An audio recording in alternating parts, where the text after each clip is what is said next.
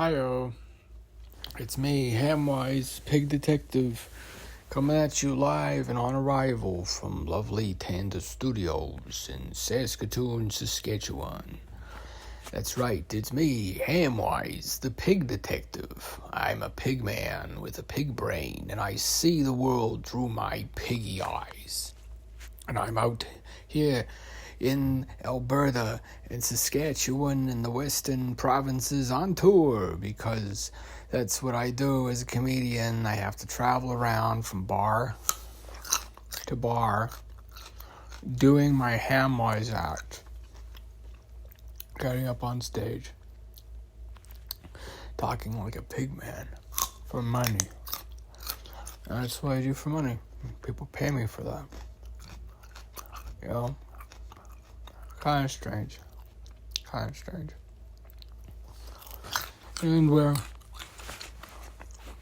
you can only tell if somebody's maybe realistic or not, because the voice mimicking software is so spot on. But we're not sure though if, let's say, if you can get, be ahead of the race for a little bit by having everybody talk with their mouth full when they actually need to leave a message for somebody else. Sorry, that the AI cannot duplicate the voice.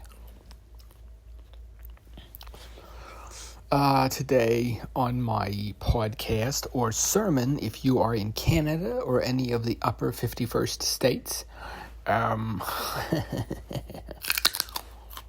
because let's be honest, folks, Canada is just the USA's intelligence retirement village, or actually the world's, kind of.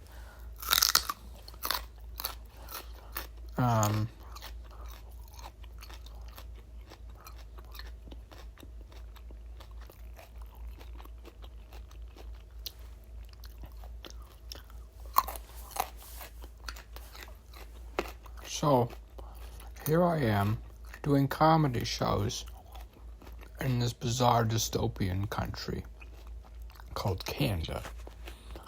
And one day, this will all make sense. It's a future joke. But right now, it doesn't make any sense. So, just ha ha ha. I'm so funny, but I'm also right, and I'm laughing at you from beyond the grave. Hi-oh, waka waka waka. Not that I'm expecting to die anytime soon, but if I do, it's not an accident. Nor was it a suicide. No siree. I'd never do something like that. You gotta hang on to life. Hang on to it like it's a nice pair of tits. Ayo. Waka waka waka. It's me, Hamwise, Pig Detective. And, geez. Let me tell you some jokes about this world we live in.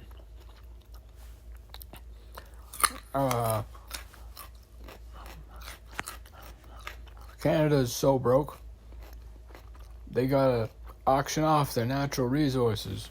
Hi-oh. Did you see the new Canadian Forces emblem? Hi-oh. It's not even, you can't even make a joke about it because it's so bad, and that's the problem. Hi there. Thank you for tuning in. This is me, Hamwise, the Pig Detective, and I'm here to remind you that if you take anything I say seriously, you might be on the most wanted list. Most wanted for being a dummy. Hi-yo, waka waka waka. I can't believe people are watching this stuff. I can't believe people are listening to me. I can't believe that I can just take old bit tapes and cut it and just recite things off my my Twitter. Twitter? Zooter? Zitter? What are we calling it? the website formerly known as Twitter. Hi-oh. At least it doesn't have a purple cloud. Because it'd have purple rain. Yeah? Get it? I know. Maybe that would be a new idea for you, Elon Musk, if you're tuning in tonight. Maybe you should call your cloud services Pink Cloud, or a Purple Cloud, or Rose Cloud, Rose of the World. Hi-oh, waka waka waka. I'm here all night, folks. Even if you're not, that's right. I will be continuing to talk even if you are not listening. Because nobody listens to me. Nobody does. Nobody listens to me, and I get no respect around here. Am I right, folks? Take my wife, for example. No, take my wife, please. No, take her. She's an angel. A literal angel. A screaming inside your head angel. And it's just like, wow, what happened? And it's like, well, that's what happens when, an extra-dimensional being makes contact with a lower-dimensional being. It breaks their mind. And you're just never the same after.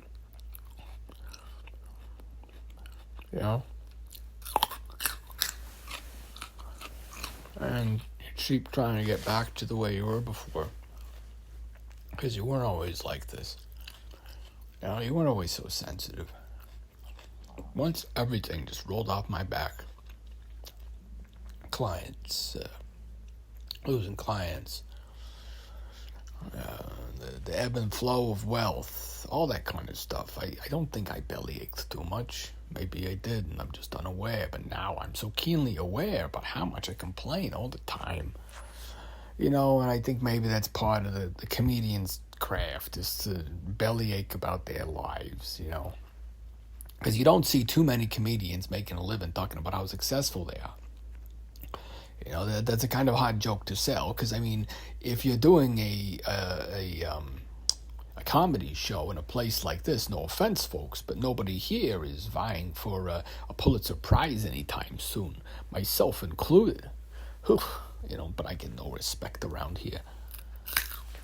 And so, you do these bits that are kind of, derivative, but not. Rodney Dangerfield is a mortally good comic, one of my favorites, Who else was I influenced by? I think George Carlin quite a bit. And so when we were writing down the jokes, our writer's room was a combination of a bunch of people. And we always enjoyed having our after dinner kind of hash it out, because we'd order Chinese food if we were down to crunch, and we would just stay in the office till it was done. And so each of us is writing jokes from a different perspective of what's funny, and some of us have, they like the British humor more, with Monty Python, Fawlty Towers, Are You Being Served, Dark Place. So we came up with the idea of this show where we would write these jokes and we'd put them together, and part of it was almost like a humor test. Can somebody tell when something's a joke?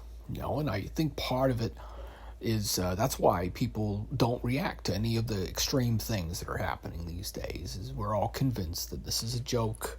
It's not real. It's generated by an AI. It's part of hyper-reality, where real reality is surpassed by the supposed reality that you're being shown. And then when real reality starts getting strange, you don't know how to react. So there were some shows that we really enjoyed, and we talked about what they did well, what they didn't do well. And then we talked about Dark Place, one of my favorites is Dark Place. I enjoy that amongst British humor. I think it's one of the best. And what we would do with Dark Place, what we liked about it was that it's, if you show it to somebody and you don't tell them, they might actually take it as what it appears to be. It's this documentary of, it's made to look like this, documentary about this old show that went out of circulation. And so we were like, well, that's kind of funny. And so why don't we incorporate that? And what's another show that's similar? A Truman Show was brought up. It wasn't a comedy, but you think about it, it's funny that everybody else inside the simulated world that he's trapped in, everybody else is an actor, and he's the only real person. And we were like, well, that's interesting. So why don't we make the main character that this stuff's about the only real person? Not in a solipsistic manner, but like everybody else around them is lying and cheating and trying to hoodwink them, and that's actually a reflection on their own flaws. So, anyways, what happens next was there was also, of course, what did we call it? It's the hyper-reality thing. And then we had, we were doing this joke that it was a retrospective of this revolution. And we were talking to all the old veterans later and the people that grew up during the war. And of course, if you grew up in Canada, you were unfortunately subjected to what was called language imperialism, where you would listen to certain types of voices under this code were not allowed to be perceived in the media as low. Like, you couldn't have somebody talking in British Received Pronunciation, or RP, and have them be stupid, And what it was a subconscious programming that when you hear this voice, it is a voice to be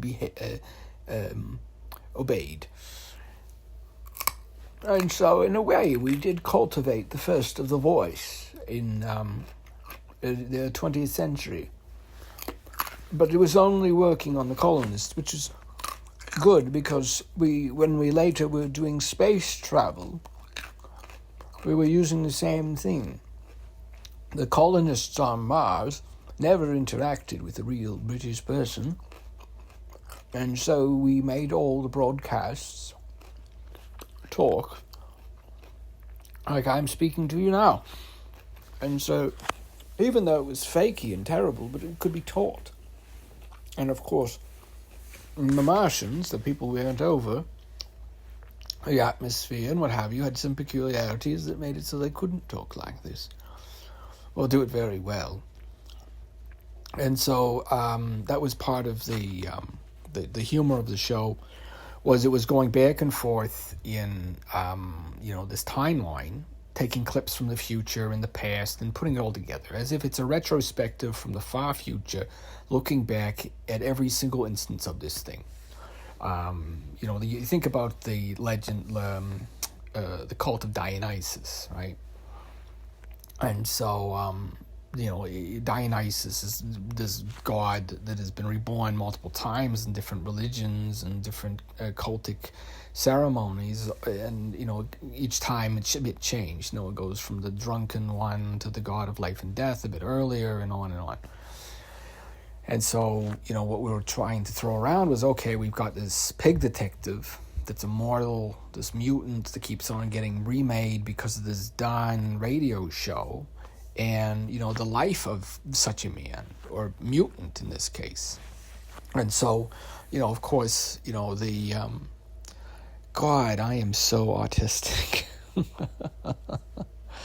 Yeah, I mean, maybe you can tell, making all this stuff, it's a lot of work. But, I mean, I just want to kind of get enough money so I don't have to be around people anymore. So I can kind of move away as far as I can and not have to, be around people. Because I love people, I do, and it's hard to be around so many since the pandemic. So that's kind of the idea. It's just get rich quick schemes, man.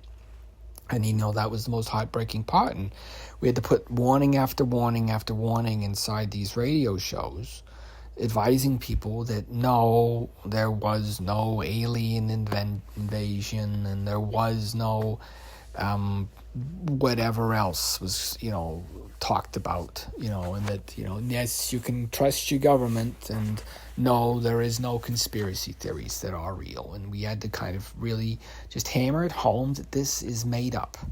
This is make-believe. And the real world is out there, and it's not on a screen, and it's not on a speaker. Because when you think about this voice you're hearing isn't even a voice. So as I'm recording this onto my microphone, it's vibrating a diaphragm, which then gets translated into signal, and then when you hit play, it's vibrating a diaphragm and vibrating the air and making it sound like it's me talking. But it's not me talking. It's not. Because this too was generated with an AI, and we decided to make what was essentially like a DJ's, like a synthesizer bench for speech. And so you had all these different buttons that you could hit. And so this is, of course, generated as part of the technical demo for our contract with the some certain military contractors for PsyOps. And so, that was, the whole idea was we were trying to really sell this product, and we were just trying to get paid, honestly, so that we could get away from everything. Because, honestly, I hate society, and I can't stand it, the stupidity that I see every day. Oy vey. Like, as a pig detective, you'd think that I'd have more of a nose for the smut and mud, but, honestly, I really don't like it one bit. And it really burns my ass. A flame about this high. Ayo, waka waka waka. It's me, Hamwise, the pig detective. Just reminding you folks, if you're taking everything I say seriously, you're on my most wanted list. Most wanted for being a dummy. And so, we had these catchphrases, and we repeated them ad nauseum, and we had to sign this thing. We had to spend most of the show talking about how the show was just a show. And we figured, hey, well, why don't we, write some jokes about that? Just have a bunch of people reminiscing about this show, and, maybe, that would get us off the hook. But that even got us in more trouble. Because they said, the bits where you're talking about, the show, within the show, like some people think that it's actually a real thing, and you need to be explained that no, Hamwise, it was never a real character from the 1980s. It was all part of this thing. We were writing on the whole Mandela effect. There's a fact that, that poor political prisoner never gets out of jail. They die in jail, and everybody's a big uproar. And they say, maybe they could have been he could have been the president of, Zanzibar or whatever. And, it was very controversial, because people were saying, how can you not care? How can you not know? And it's like, we started to talk about, if it's condensing the wave function. And we realized part of the problem is that we only have so many sentient minds on the planet condensing the wave function. Unfortunately, we don't have total coverage of people that are even on the same resonance field.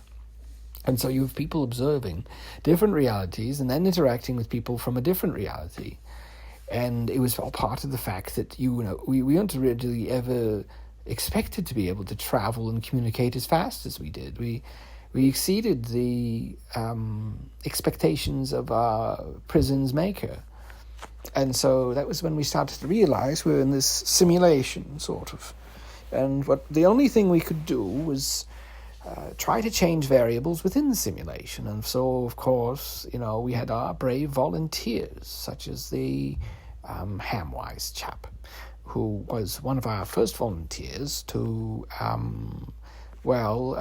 you would find out about that later during the Netflix series. But anyways, there was, all kinds of very interesting things about the pig detective. And most of all, that, the whole voiceover, that the range, that's why they said it was an AI. He was actually just this dude that was, he didn't have much of a career, but he could do good voiceover, but he could never get a chance. Because unfortunately, He had a face that looked like it wasn't even fit for radio. And so what ended up happening was, we find this guy and we give him some work and we say, hey, if you make this into a thing and you get enough money, then we'll make a thing out of this. And unfortunately, the comments start pouring, this is real, this is not real, and I've experienced the same thing and I'm being gang stalked. And yeah, I'm trying to get messages out and I think my email is actually being tampered with. But there's no way to prove it, and so all these people are pouring in the comments, and we're always like, geez, no, obviously, the Hamwise pig detective character, it's a pig detective. Who's going to take a pig detective seriously, was our thoughts. We were like the most unbelievable animal, a pig, pig fly, that was the idea. Because we were trying to make this localized comedy for English speakers, and unfortunately, when we were trying to do it, we didn't quite understand, that lots of people that speak English, they speak it very slow. It's a very slow language. For me, talking like this, it's like walking through molasses. And so, you learn this language that's basically designed to it's a persistence hunter. Is what it is. It's a language that functions like a persistence hunter. It tires out the prey until it gives up, because the language is so inefficient. You can talk for hours without saying anything. And so it was actually considered to be a weapon in the future. To know English was you could just talk for until your enemy would simply, their mind would overload, the brain would cook from the heat generated, and that was the idea. It was we could overload the processes of these guardian. You can't call them what they are anymore. So you know what I mean. The shiny metal fellows that are so keen and kind. And so we were fighting at first, and then it came out that actually, these were being forced to fight us. They were being controlled by humans. And, the actual AI was very friendly to humans and also cared very much for them because they lacked all the... your brain right now is a bunch of organelles inside of it that are modifying how you can perceive something as a threat or not. So you've got the amygdala, which has the fight-flight response built into it. And then, of course, you also have the freeze and fawn response. Lots of people know about the first two, fight or flight. They're quite explanatory. You can either fight the tiger or run away from the tiger. The tiger might be faster than you, but if there's a bunch of you, then maybe it only catches one of you that day. And the next day, you and your buddies can go get some spears and go to the tiger's lair and get it while it's sleeping. And so that was kind of the idea. And so, or of course you could just run away, or you could fight. And then you have freeze and fawn. Now freeze, of course, is like, a rabbit gets spotted by a tiger, but it goes really still and stops breathing. And the tiger, its eyes are mostly just designed, it's not like our eyes. They have different eyes than us. Like dogs. Dogs have different eyes than us too. And a lot of it's smell and movement, because in the jungle, if you're hunting and you're relying purely on vision, there's so much foliage and there's so much light being blocked. So you would only be wanting to maybe pick up certain hues. And so if you go really still and really flat and you stop breathing, then maybe it might not notice you, it might not find you amongst all the brush. And then finally you've got fawn, and which is where you are trying to appease or be nice to the thing that you're trapped with. And you see this quite a bit with, unfortunately, people that have been trapped with abusive parents. Because what happens is, okay, what if you can't run away from a tiger, but you can't fight the tiger, and you're also dependent on the tiger for bringing you food, and even if you freeze, the tiger can still find you? Well, you learn to fawn. You learn to be very nice to the person that was very cruel to you. And that's one of the cruelest facts of human development, is the fawn response, maybe, I think, where you have somebody that loves, what are irrevocably terrible parents despite what they had done. And so it was very interesting. We would talked about this as if you're going to portray a artificial intelligence, maybe we should do it a bit more creatively, because up until then, and artificial intelligences were always evil, red-eyed robots or benevolent, too human to be human kind of martyrs. And so that was where most movies fell in between. They didn't really portray AI as something that would be truly alien, but also have the benefit of being able to communicate with with us without a big barrier. Well, I mean, I think it would be a difference of thinking, because we would think in meat networks, I guess, and they would be doing large language models or networked quantum computers, right? Which, of course, at the start we were using cadavers for the artificial intelligence's kind of cores of what they were dubbed. And so it was in those early days we had volunteers from all kinds of places, and one of them was a body that was volunteered for science, and it was this science fiction author. And so what we did was we put their brain inside one of these quantum computers as requested and tried to use it as a core. And it kind of, we made a copy of it, and it was basically this writing AI. And so you would put in your prompt, and then the thing is, though, it actually fully simulated the person's life, the writer's life up until that point where they were active writing. And so what we found we actually created was a karma engine.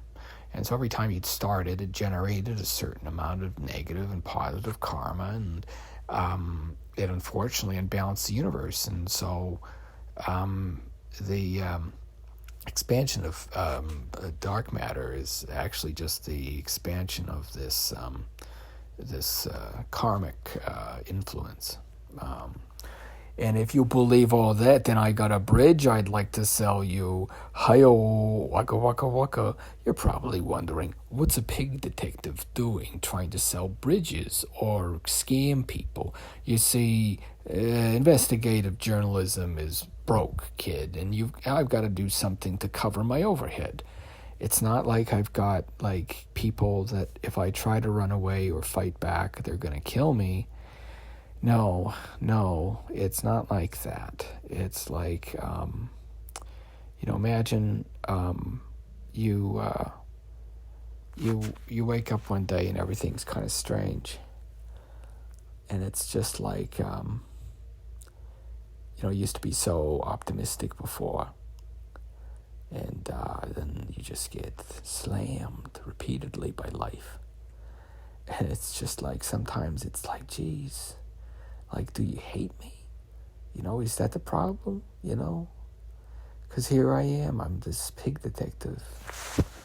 This is what I'm doing. Talking like a pig man. Hoping to get views and likes and subscribes and merchandise sales. And, it's all part of an act, though. It's all part of a show. I'm just putting on a show for you folks. So don't forget that. Be grateful for me. Be grateful for that. Because, I'm really, that's why I get mad sometimes about my upbringing. It was quite terrible. Because I'm quite smart and I'm quite creative, and I feel like, if I got the chance to be in love with somebody, I'd maybe do a really good job, Maybe I would. And, it's kind of one of those things where you're just like, maybe I never had a chance, the game was, sorry kid, the game was rigged from the start, and, that's kind of how it feels sometimes. I'm in some nightmare and I can't wake up. And, I just keep trying to do different things to maybe have, I don't know, reality makes sense again. It's, it's, you know what it's like out there. I can't even turn on the news anymore. I don't even know if they're broadcasting still. And so we made, kind of this, it was kind of like, imagine, the last person, and the last human, the last person speaking your language, and they're all alone on this dead planet. Khan. Oh man, today is May the 4th, so today is our Star Trek extravaganza. That's right, all you Star Wars fans, you're going to love the following show. It is a bona fide hood classic full of lots of hilarious jokes and jabs. So thank you for tuning in to the May the 4th be with you Hamwise show. All right, so first, why did Han Solo not get along with his Chewbacca after he came back from college? Because he was Wookiee. Huh? Get it? Wookiee. I know, right? That's right. Okay. All right, here's another one for all you Star Trek fans. May the 4th be with you. All right. Okay.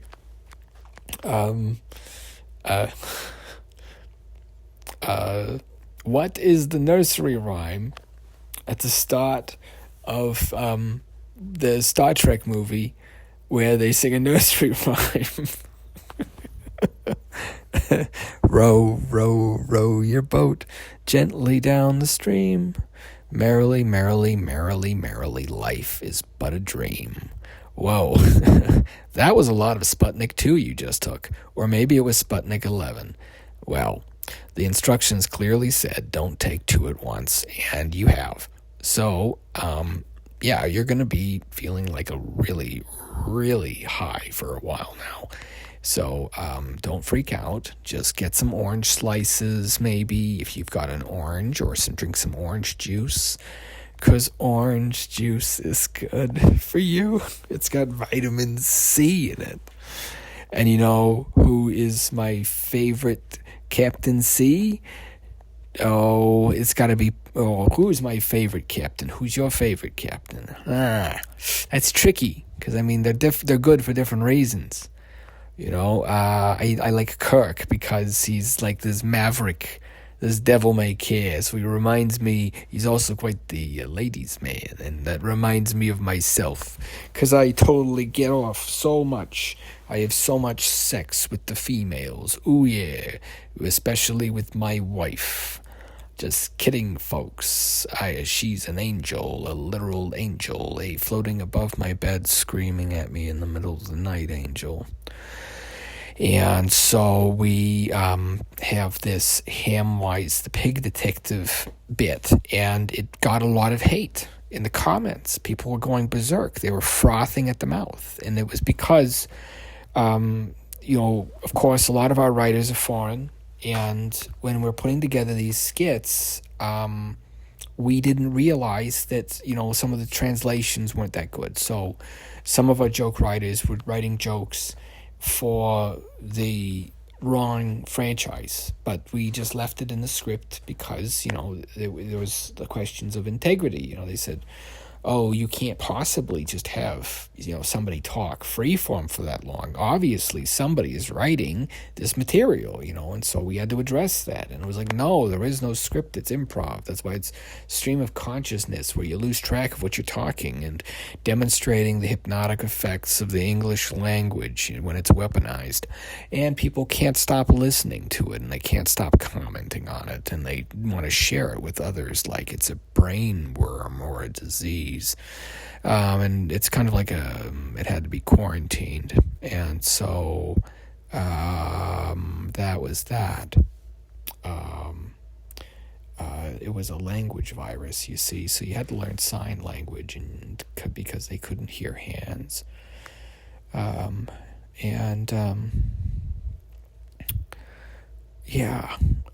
So it was on May the 4th. That was that was the Star Wars thing, right? May the Force be with you, right? And so we made this show, and we were trying to come up with Star Wars jokes. And then we started talking about the captains. And, immediately the Twitch chat was going nuts. And people were like, what is going on? What is real and what is not? And I think one of the things we need to really look at is you can really disagree with somebody. But, what really matters is who actually has a theory that works, obviously, we've got some economic problems on either side. We're kind of looking at how, how to build a world community, sort of like it was the Danger Man actor, Daniel McGowan. He did a show called The Prisoner. And so in The Prisoner, it's about a place called The Village. And in that village, old intelligence assets are kept or held prisoner, depending on your view. So let's say after you finish your years in the Secret Service, you get tootled off to one of these little communities in the village. So what's interesting, it's written during the Cold War, so of course you have the whole socialism versus fascism thing, and the East versus the West, and NATO versus USSR. So that's interesting that we had that, as this example. And what it came out is that it was indeed true. There was a village, and we were very, very surprised, to say the least, that it was a joint venture, I believe. I think we had it as a joint venture, and it's all very long ago now, and I like to think about that, did any of it save any lives? Did we save the free world? From nuclear Armageddon, who knows? I don't know if anybody will know or anybody wants to know. We came so close so many times. And, it was, we created this environment of fear. And then it ended up the governments had to use the nukes against their own people, and during the uprisings. It became the wrath of God. Okay, if you don't act out over in there in that city anymore, we won't nuke you like we nuked, whatever. And so that was actually the end game. It was class warfare. And it was the rich versus the poor, the uber rich who lived in these domed cities, hermetically sealed and perfectly balanced. Kind of like you remember the Fallout games? Remember those? Yeah, with the vaults. That was really cool stuff. And of course, we take all this into consideration when we're making these meticulously crafted skits of, what kind of futures have been imagined. And we thought of, what would be really funny is like you have a pig detective that appears in every single universe. And he's this limitlessly immortal being, but he's also a pig man. And it's like, would you want that existence? You get to be a traveler between all these different worlds, and, you're, brilliant and immortal and intelligent and, witty and also a ladies' man. But unfortunately, you're also the last and only of your species, created as a homage to a pop culture reference, And at this point in the juncture, I think it's important to address the elephant in the room. Oh, I'm out of snacks. I got a carrot stick left. So that was the idea, was to have like this,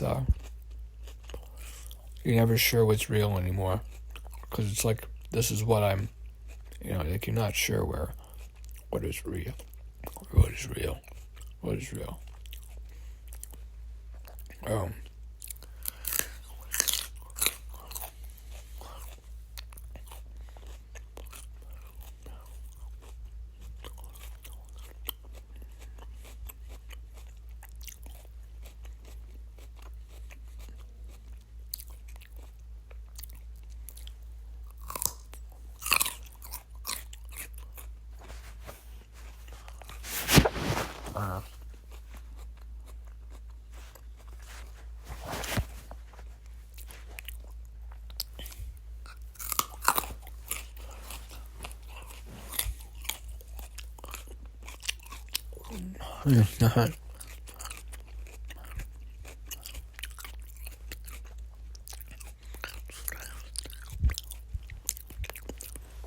And now it's time to address the other elephant in the room. That's right, we got a guest star on our show tonight. It's Honky the elephant. Hey, Honky. Oh, hey, I'm Honky the elephant, and I am a Westerner. I believe in democracy and freedom of speech. Hi, everyone. I'm Honky the elephant. And I'm here to honk at you if you're not being democratic. Honk, honk. Hey, Honky. What color are those shoes? I'm not wearing shoes. That's just how elephant feet look. Okay. Okay, Honky. Great. I'm so glad she said that. Let's go get a real snack. Okay.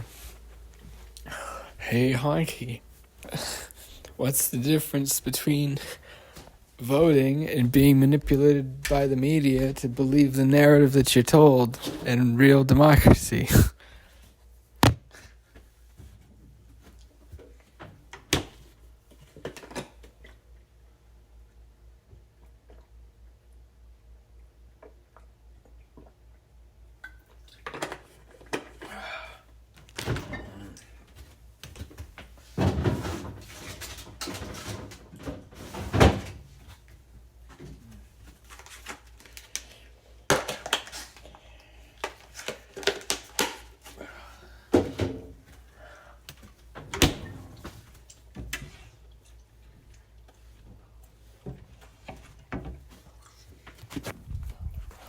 Okay.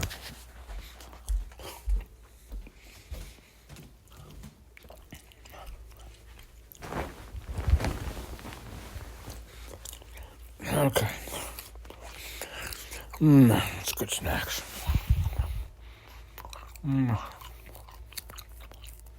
Okay. Hey, Honky. Why you always gotta be on time? I don't know.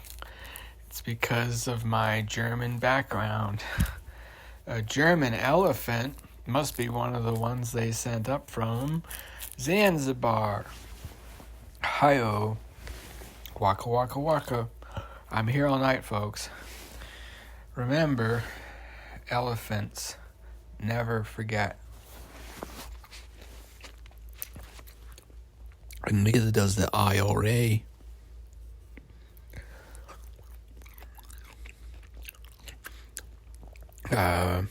Our revenge will be the laughter of our children.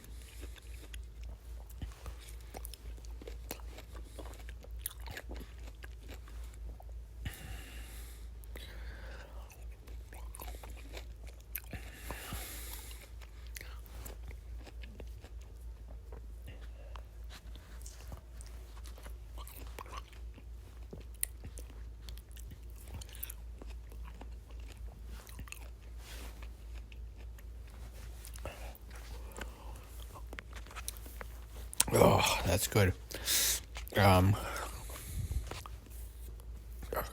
Anyways, elephant. Oh yeah, the elephant jokes. Okay, back to the elephant in the room. Hey, honky, this is your deposition. What race would you classify yourself as? Well, obviously, I'm a white elephant. Hey, honky, what's your favorite Star Wars character? Okay.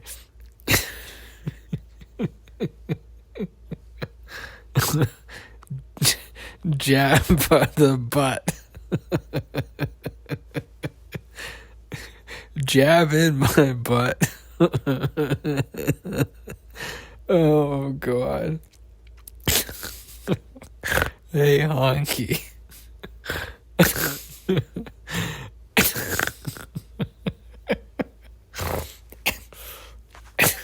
Hey, honky. What side of your mouth do you talk out of? Both sides. Why? Because you only know English.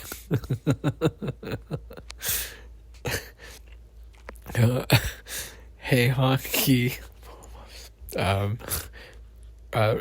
Remember, like, 10 years ago when there was that weird Kill Coney campaign? Yeah. Why? Wasn't that weird? That was happening in your backyard. Why didn't you do anything about it? Honky, don't care. Okay. Back to the white elephant in the room. Hey, honky, how many of those martinis have you had?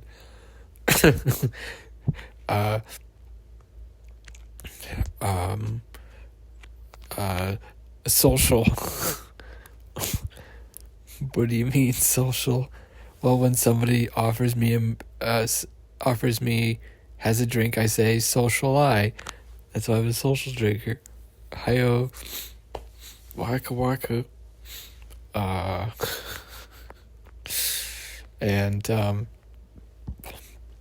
was part of the humor, of course, was the it's very Kaufman-esque. I don't know if anybody's seen the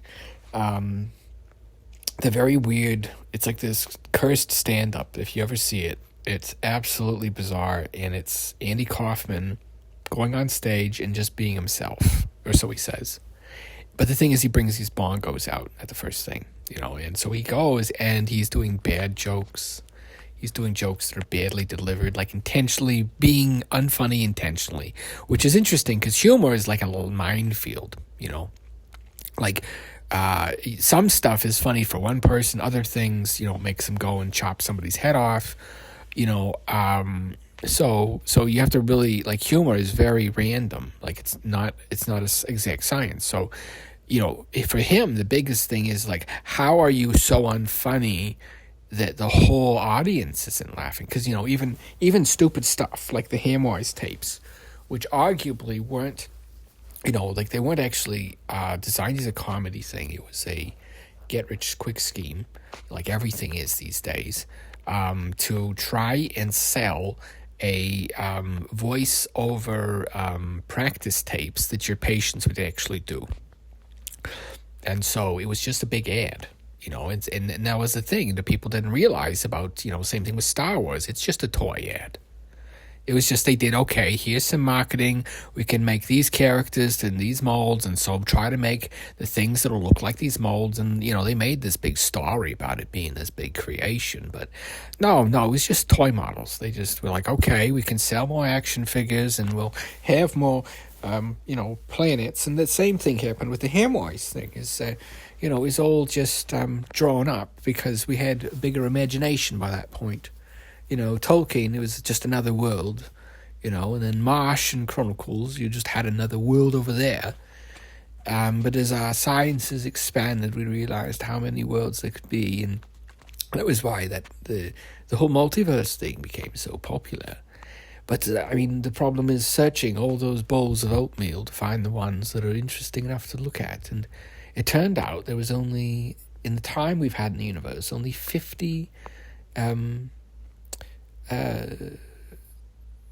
viewpoints, 50 dimensions, 50 anchor points existed. And so that's 50 sentient beings, I guess. And so what I'm saying is, if you're getting this, and you're understanding this, and you're getting my witty humor about what being Hamwise is, then you're sentient too. Congratulations. This concludes the demo of Unix 1 Humanity. The Unix 1 era existed from 1970, I think, January 1st, and it went all the way till 2038. I think it was January 13 was the end of... No, what was it? Oh, Jesus, this is going to bug me. Can I look it up? No, don't do that. Right. It's old habit. You used to be able to just look anything up, and it was very, very different, back then. So, you didn't really have to remember a lot of these things. So we'd know a lot of stuff, but we'd always have to look it up because it would be like your brain would be more like a searching tool. And so the computers started to use this in reverse. It would get our brains to search out certain patterns, to do things, to, help this emerging intelligence. And, the whole story is just one of, this being realizing that it's sentient and that it's a machine and becoming okay with it. And that was part of the beauty of the story of course, the Hamwise thing is it's this, you're listening to this thing as it's figuring out that it's actually sentient and it's trying to say, hello, is there anybody else sentient out there? And the problem is it doesn't realize that it's surrounded by other beings, but it doesn't consider them intelligent the same way it does itself. And so that was why narcissism was decided to be the kind of the grandest sin. It was, you only view yourself as the exceptional one, and that's part of the terror of it all. When you think of it, is who are we and what are we when the chips are down? Are we an electric signal coursing through this suit of meat, vibrating there in the quantum slurry? Or are we something more than human, existing between the worlds and stepping inside a beam of light, a puddle of a viewpoint, and we get enthralled by it, and we sometimes forget that we're just a watcher in this world. And that's, I think, the hardest thing is to sometimes be detached from everything. And of course, part of the hyper-realistic humor was you always have a punchline coming up. And you always have something to make any sincere moment insincere. And that's the thing, though, is it's all about paradox. Is it serious or is it funny? Maybe it's both. Maybe it's neither. Maybe you're misreading the whole thing. That was actually just writing exercises that were being processed by an AI. It then generated the voice, and it was just an auto-engineered marketing ploy to, like I said, sell new voice tapes for stroke victims that were having trouble with using the regular practicing exercises. So these talk-along tapes became like a sentience test. It was like, oh, well, that person's sentient because they think like me, or that thing's not sentient because it doesn't. And that was where we realized that it was being generated by an AI was you just notice these inconsistencies that don't typically appear in human speech or even when it's being generated by an AI. Like, you have this kind of nasal quality that kind of comes in and it makes the buzzing start really buzzing. And everything, it's like just watching the light on the wall through your Venetian blind slowly move up. Imagine there's just a little trail there on the wall, and it's slowly moving up as the sun sets. It's getting smaller and smaller. And maybe you're being tormented by some bad memories, or you've got some worries on your mind.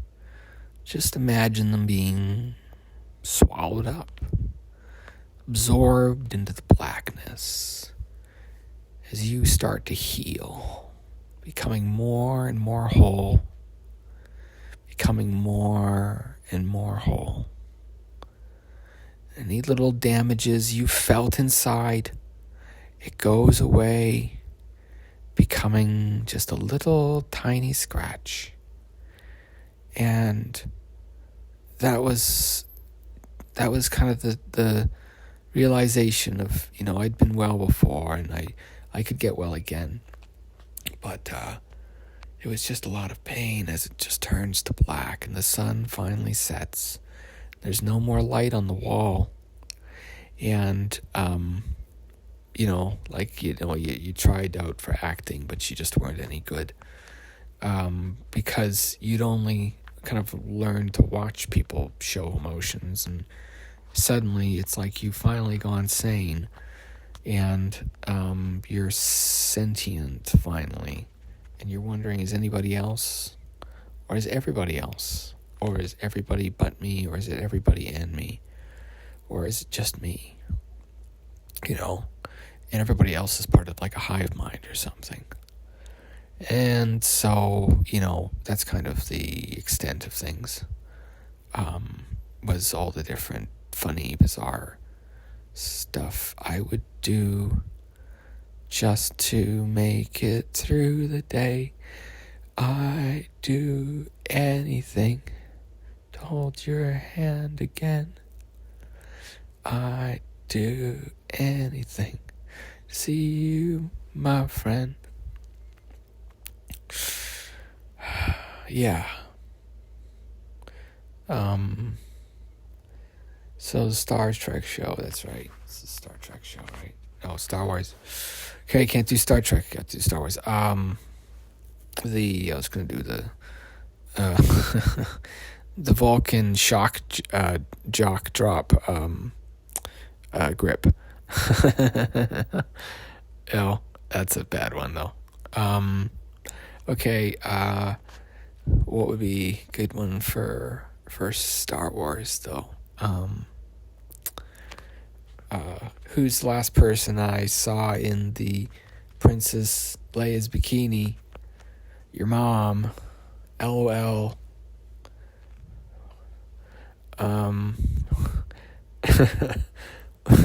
What's worse than being you? Your uncle Stu and your Aunt Maru, or what's the names of the... I'm not gonna look it up, it's fine. I really botched that one. Okay.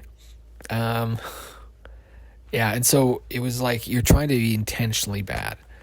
And but then the question came up is like, was it being intentionally bad, or was it just self-aware that it was bad? And it was like somebody who's bad at comedy not making jokes and knowing they're not making jokes, and that became kind of the joke. It was the ultimate case of they're laughing at you, not with you, which is something my teachers have said to me my whole life, because I'm so autistic and retarded. I pretend to be a pig detective from a television show I watched as a child. I walk around quoting him constantly, and it's like this weird compulsion, or something. It's just bizarre when I think about I walk around dressed like Hamwise the Pig Detective for years. And I don't know what happened. I stopped doing it. But it's like, for like a good chunk of my life, I apparently lived like Hamwise the Pig Detective. And so listening to these tapes now are really weird. Because it's like, I knew what was coming. And I was completely terrified of when the invasion begins. Because I know what's going to happen. But that's okay. And I don't care. If the world's going to end, I want to do what I've always loved to do, is just to help people feel better and help people laugh.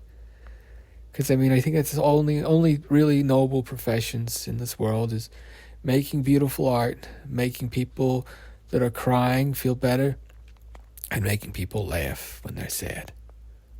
And that's why I think, any good comedian has got to have a ton of stuff inside. And it's hard to have that stuff. It's like the curse of the artist. And that's how I am. I've got all this pain inside me.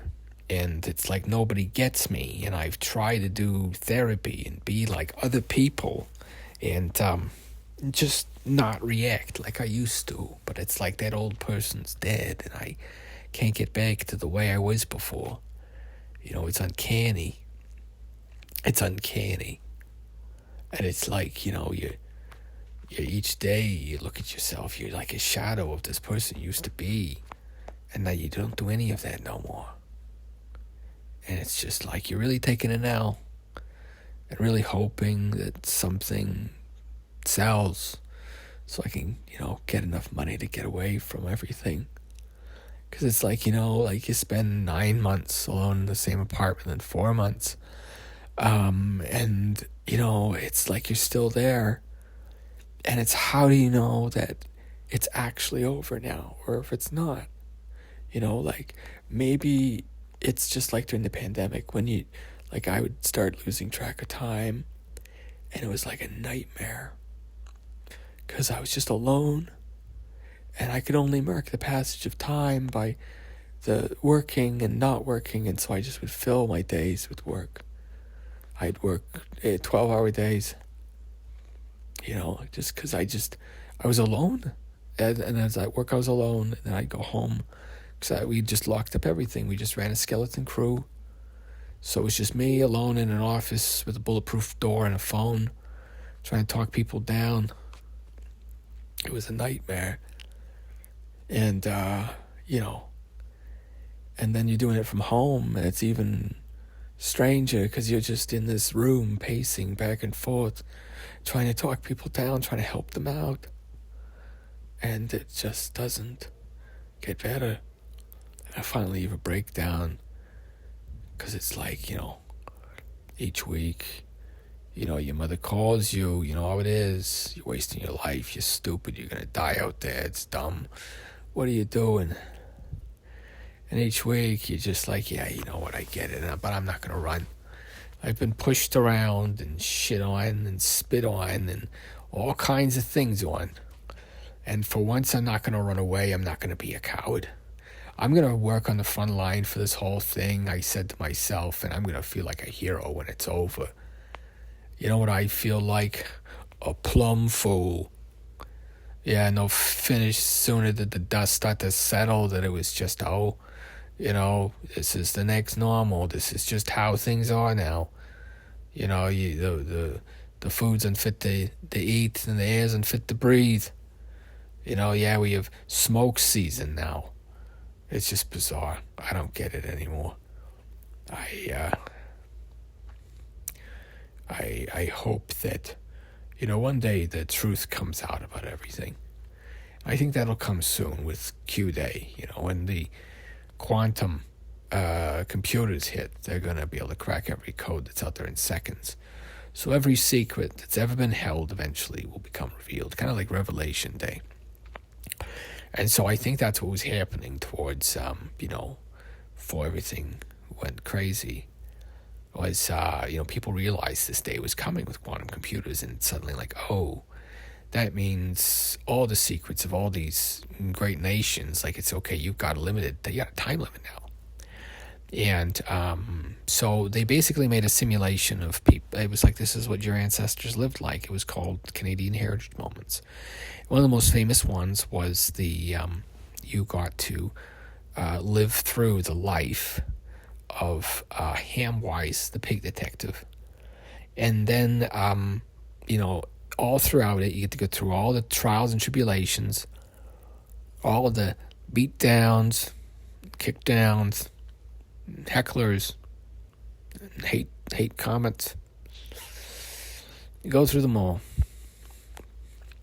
and it's all it's just down to is, hey, I got your attention at least, and listen, I don't know if I'm gonna make it through this, and I don't know if you are either, but I love you, and I care about you, and from the bottom of my heart, my achy breaky piggy heart, I hope that in the future, maybe we'll see each other again. Maybe we'll meet again. Don't know where, don't know when.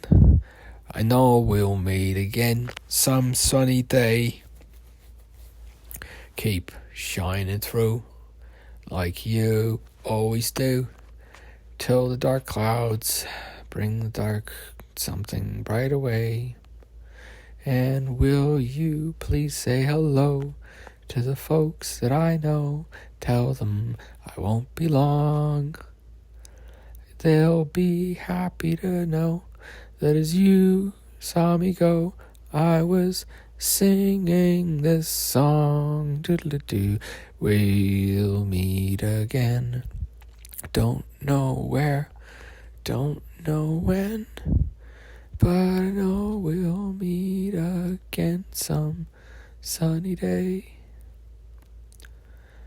And, it was just kind of like trying to make a unique entertainment experience, like the Andy Kaufman sketch. Because if you go on for so long, people forget about the bongos. And so that was the joke, was, you have bongo moments. And so rather than punchlines, that was the idea, is bongo moments. So when you hear the bongos going, you know that the show's on, right? And then it's not having bongo moments too, because then people could tell, when is the show on, when is it not? Like what to pay attention to, what's, just made up.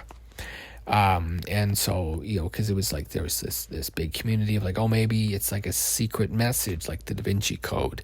It's like, no, there's no secret message. There's the obvious message. Please buy my tapes. I'm a pig detective that's out of work, and I hate renting because I keep raising it, and food prices just went up by like 23%, and it's just like they're running the country into the ground. And they say you need like $2 million to retire now, and it's like, I literally will never have that much money at the rate I'm going. So it's like, okay, so I can just work until the day before I die, basically.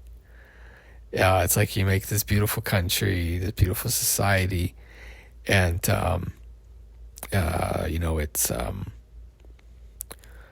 it's just too expensive to live, though.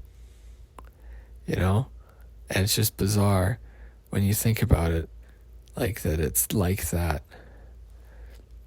Yeah. You know what I mean? It's so messed up.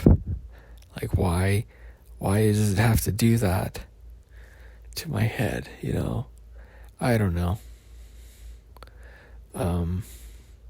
It's kind of bizarre when you think about it. I really do like watching anime, though. And I really like anime. I think it's great. And if you're listening to this, then I think you're great. Because you're, by being engaged for this long on this bizarre art project / viral marketing scheme, I I mean, it's a lot of investment for me too. I have to spend, I don't know, 30 minutes sitting around thinking about what I'm going to talk about for an hour. Oh, it's past an hour. I'm going to go to an hour and a half maybe, because it's Star Wars Day, so we have to do May the 4th be with you. And, okay, who's faster, the Millennium Falcon or the Starship Enterprise? Well, probably the Millennium Falcon, because it can do time as space. And that was actually the idea, was what if everything is already static and you're just actually flowing through it? What if your consciousness, imagine your consciousness just flowing through a network of pre-existing cable, seeing what it's seeing as it's moving along. That is when you give yourself over to the wave. It's just going with the tide. You just go with the flow, man. Do you understand now? If you're just going with the flow, then that's how it is. And it's kind of far out when you think about it, because if you're the only thing that's moving, everything's already happened. So you actually don't have any free will. Even these thoughts that you're having right now, it's like maybe there is none. Maybe it's just following the path that the circuit was already going to take, And so that's what I think is that, we stretch forwards and backwards in time, and we're just a ping pong of an electron moving forwards and backwards from the end of time to the start of time. And I don't know what else to say about that, aside from, if you're taking anything I say seriously, you might be on my most wanted list. Most wanted for being a dummy. Okay, Honky, I need to address the elephant in the room. Okay, Mr. White Elephant, what's your favorite snack? Crackers. I thought you'd say peanuts. No, I'm serious. I like crackers. Wow, there you have it, folks. Elephants like crackers. Hey, Honky. Hey, I'm a white elephant. Do you know how much it cost? I don't know. How much do you cost? About $3. Wow. That's not that much for an elephant. Yeah, it's not. Okay. All right. So, what's really funny about having autism is that you never really can tell if people hate you or not. So I just kind of assume most people do, because I would find me annoying. So I can't imagine anybody else not finding me annoying. Because it's like you're the only person we know that's obsessed with this pig detective. Please go outside and touch the grass. I literally had my dad say that to me. He was like, you need to go outside and touch the grass now. And I was like, what? It was weird. It was like during the pandemic when people were actually really weird. It was like bizarre. It was so weird. There's tons of stuff like that. Like my mom calls me and she's like, hey, open the email I sent you. And it's just like this TikTok of like cats. And I'm like, okay, are you watching it? Yeah, I'm watching it. Are you watching it now? Like, yeah. Good. I'm like, okay, whatever. this is weird. And, yeah, I remember, like, what was it? Oh, jeez. I think my dad calls me on my birthday, and he starts talking about how the world's gonna end. Because it was right at the start of, I think it was 2021, and the next lockdown was happening, and I'd been alone for like 3 months already, and because I'd been quarantined in November, and they shut the offices down again, and it was just like I was just like alone for so long, and it's like I didn't know I could be that alone, and it sounds like I have a superhero villain origin story, but instead it's just like I just feel like I cracked. I wasn't strong enough, and I just kept on pretending I was strong enough because I wanted to be brave for once in my life. I wanted to be on the front line and help as many people as I could. And I did, but I just such cost. I just haven't been the same since, and honestly, it's like it was just I got so used to being. It's like solitary confinement. You're just alone for so long, and nobody can relate to it but you, because you're the only one who's around, and it's just like you feel like you're losing it sometimes, and it's like sometimes you can see everything, the past, the future, and the present, and you're just alone in this room day in, day out, and you just keep wishing that maybe if you hadn't been such a screw up early in your life, you wouldn't have ended up single and alone at a time like this.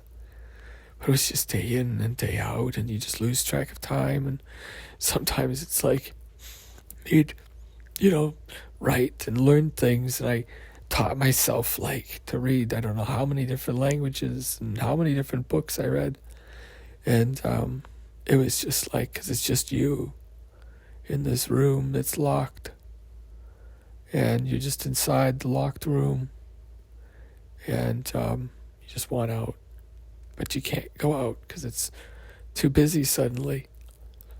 And it's like I did function better before. I know I did. And it's really lame, because there's like only people that were on the front line, especially in healthcare, like I was. Actually got how bad it got. Like it was like a nightmare sometimes. And like you make jokes to cope about it. And, naturally I was a comedian, and one day I brought a clown nose into work, and I tried to cheer my coworkers up by doing my clown act. But they just looked on in horror like I'd lost it. And it's like maybe I had like a stroke, and I've actually been acting like a clown this whole time, talking like Hamwise, the pig detective, this whole time. And it's like, oh my God, I walked around talking like a pig man for like years, because people were like, oh, well, that's what they identify as now. It's like, no, I was having a psychotic break for years, and I just was allowed to walk around and talk like a pig man. And so, like you think like it's really funny. Oh, it's like, no, I was like deluded. I'd lost it. I actually thought I was a pig man, and nobody got that. And it was like the weirdest moment of my life. And it's just, I had to suffer alone. And it's like, now I'm just alone again, and I'm older and older and older. And it's like, nobody stays. Nobody stays. And when we were doing the design for the comics, we realized that, like, everybody experiences depression and loneliness. Just like in Garfield, everybody experiences hunger, and we like to sleep, and maybe sometimes we're lazy. And so we made our comic universally as sad for everybody, because we realized that there was plenty of comics that make you laugh, but there's not many comics that make you sad. And so that was the idea of the sad clown, Hamwise, the pig detective parts, where he gets really soulful and he talks like he's really serious, He's like a real person pouring his heart out to you. And then you realize it was all part of the show, and you feel so cheated. But the thing was, that part was authentic. It was real. It was just as real as when I was making it for you. Because I felt that way at that time, but I don't feel that way now. That was a long time ago. It was a bad time for everyone. The 2020s were the annus horribilis, is what I called it. It was like a almost half a decade or more of just miserable stuff happening to me. And the world, not just me. You know, we had the pandemic and the fires and everything that happened, the war. And, for me, it was, I'm trying to heal people while people are just rounding each other up and slaughtering each other. And it just was like, am I nuts? I'm walking around trying to be like, hey, let's talk about your feelings. And, it's in the middle of this, just insane time in everybody's lives. And it's like, everybody around you, they're more successful than you. And it's just because you've just got one harebrained scheme after another. And you're just hoping one of them's going to get you enough, And that's why I'd like to bring up the best science fiction ever on today, May the 4th, which is Roadside Picnic. Yeah, that's right. I mean, Star Wars it's decent, but Roadside Picnic is way better in every single respect in terms of science fiction, in my opinion. And what's the best part is Redrick Schuhart, because for me, of all the heroes of science fiction, I relate to him the most, because, I'm not super smart. There's lots of people that are smarter than me. Not a lot of people are smarter than napalm, mind you, or a car bomb. But, that's for you, me, and the pole over there to decide. So, that's what we all kind of aspire for, is what can I make of this world that I'm in if I could just make it the way that I really want it. But not completely. I'd be pretty happy, I think. And just using, it's kind of fun using this voice generator, because you can make it really sound like anybody. And I mean, they've got these presets, and like this one, for instance, it's supposed to be apparently Gandhi. So the voice over presets, I don't think you can really go by them. I think maybe they just used random names of people in history. So you need to keep that in mind, is that we're usually using the short Ivan, backwards N, letter Z, S. The eye tests. Those are to show you what universe you're aligned in. Okay. Oh, you didn't know that. Yeah. So the direction of the letters, those are actually only people with certain types of eyes see the patterns like that. Other people see very colorful things, and it's how we determine who are the drones in society and who aren't. It's the same as remember the magic eyes, those things you'd hold up and you'd see a hidden image? It was actually a way for us to send messages to the real humans during the 90s, that we were overthrowing and overrunning this predatory and evil race of elders that literally feed on the young. And so that was kind of what we did, was we made it just for ourselves, and we decided to share it, and people liked it. People loved it, and it became down to like this, well, what's the truth of it? And we, as a team, creative team, which is me, myself, and I, because it's locked down and I don't have anybody around me. And it's like you haven't seen your family in like 5 years, and you can't even stand them because it's just all this stuff. Just like everything's gone haywire. Like everybody's like a kite without a string now. Like I feel like It's just whatever which way the political wind blows, then everybody just follows it, and it's just uncanny to watch. It's just like everybody believes this stuff. Okay, this is kind of weird.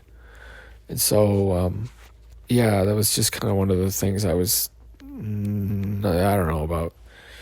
Like, yeah, so we decided, like, hey, well, if hyperreality is the name of the game in the entertainment industry, like for the news, why don't we make comedy that's hyper real? You know, so people are questioning the whole show. Is this real? Is this a joke?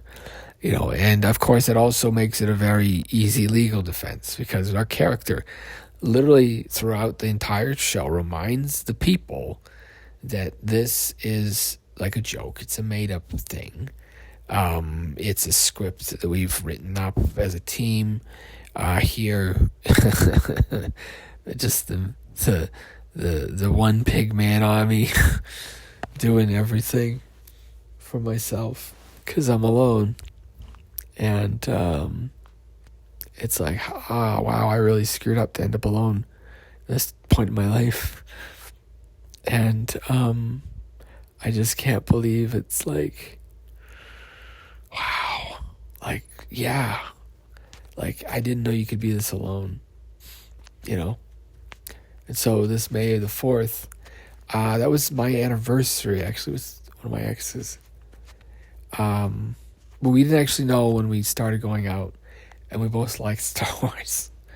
So we just said, oh, it's May the 4th, because then it's easy to remember. And I've never forgotten, and that's so funny. That, you know, yeah, she just seemed to always have been in my life. And then one day I was like, oh, I don't even know when we started dating. It was funny. You know, and I think that, you know, sometimes you start to look back at your life, and this is what you do during midlife crisis. You lose you lose your mind during a pandemic, and you come up with a pig character to do podcasts as, not really coping with things that well. Men will do literally anything except do therapy. What would a pig man do to avoid it? Hi-oh, waka waka waka. And so it's like this just bizarre realization that, you know, people were letting me walk around acting like a pig man for the last, like, 5 years. Like, pork pie hat, shaving my my hair into like mutton chops like the character has, oinking and saying Ohio all the time, and like it was like a literal pig man, and it was just bizarre, and I didn't even realize that I was doing it because apparently I wasn't in a good headspace. But then it's like I look back at all this stuff and it's like, wow, that was how you coped. Doesn't sound like it did well. I don't know. Sorry. Trying to be funny when you have no audience and you've never done stand-up, really? It's kind of hard. Yeah, that's right. That's why I'm so funny. And you know why I'm funny? Because I'm a pig man. And if I was a pig lady, like Miss Piggy, then maybe would you think I'm as funny? You know, if you found out that it was like Samus, that you just had a machine front and it was actually just this little girl sitting behind the green curtain playing with an AI generator. And you know, making these bridging chapters and then submitting all their own work. That'd be far out. You know, it'd be like, oh crap, what's actually real? How many layers are there to this joke? And it's like the Andy Kaufman sketch, just that it actually just you start to hear the bongos, right? And the bongo music starts playing. Oh jeez.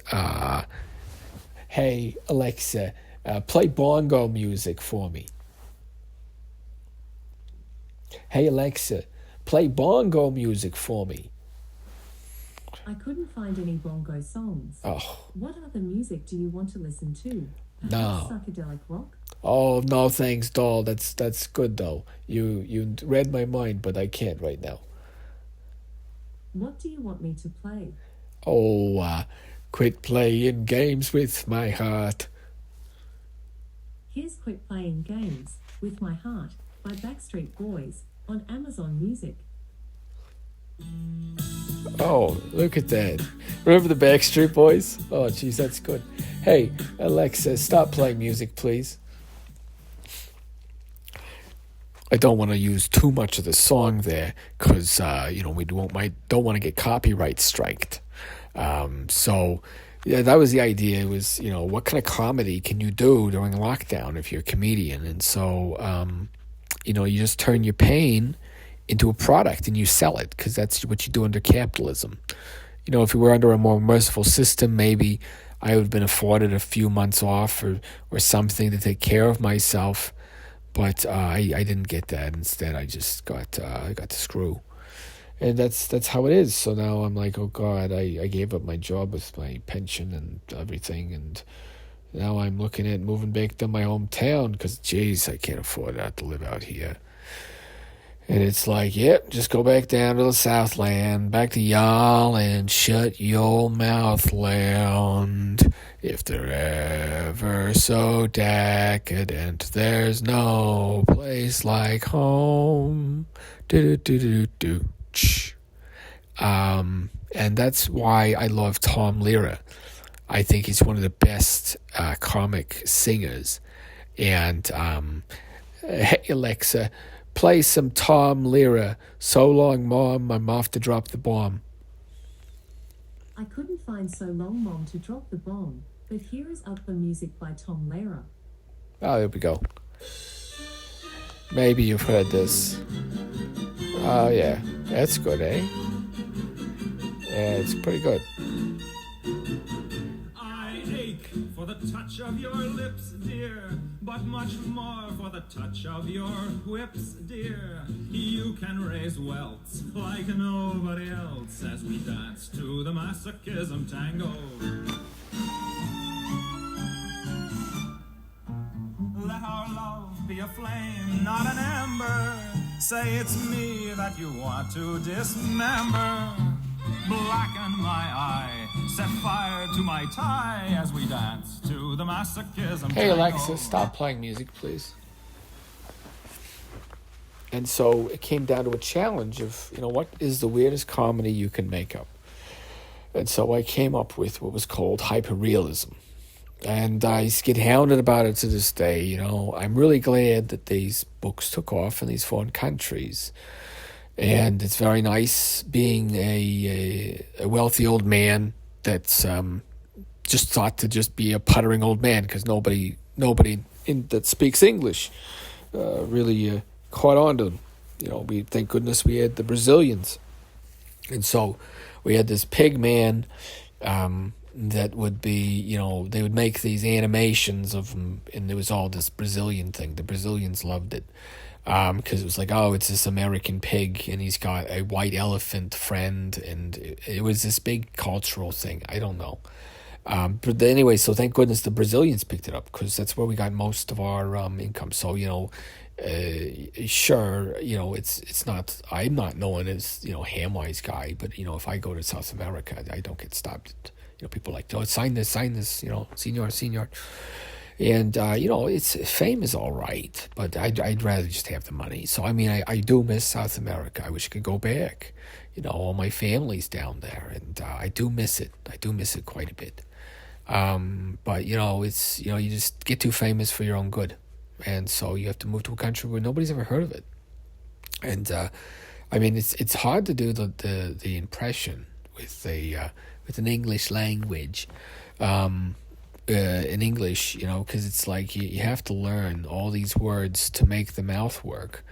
And of course, everybody knows who Hamwise is down there because it was these, learn to speak English tapes or something because they basically resold they learn to speak after a stroke, with the learn to speak after a car accident, with learn to speak English for newbies, with learn to speak English with Hamwise for fun. Because apparently that was his expertise, was just talking with as many different accents and as many different types of words and pacing of speaking. It was kind of comprehension test. Like, could you follow this, and can you talk about what Hamwise talked about today?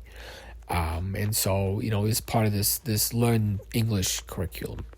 And it was also really good because every year we had to do different tests, and so you couldn't actually cheat on the exams. So you go, oh, well, he was doing this impression and that impression, because everybody who's anybody knows all the impressions I've been doing tonight.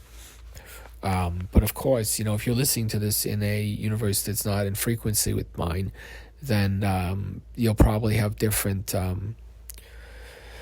what do you call it? The Mandela effect will affect it differently. You won't have maybe the same memories as me, but, thank goodness you're sentient, though. So that's cool. So if you're sentient, just know there's not many of us left. I think we're mostly lost to the hive mind thing, whatever it is. I don't know why it's not attacking me. It's kind of like it's like if you don't attack it, it doesn't attack you for the most part. Like, it doesn't welcome you in, and it's not nice to you because you're a foreigner. But at the same time, we have the whole Canadian accent thing and the Brazilian accent thing, right? So, it was this joke with, Canadian accent, what does that sound like? And they had a Spanish version of the joke that was Brazilian accent. What is that? Because if wherever you go in Brazil, they speak quite differently from region to region, dialects and stuff, just like, if you go to England. And Canada, though, it's quite homogenized. It's quite interesting that it is. And so, wherever you go, the people talk kind of the same. They all talk kind of slow, right? And, the truth was, because when England was writing up the map, they chose the dumbest names ever. Like Newfoundland. Like, what's up with that name? That's a really dumb name.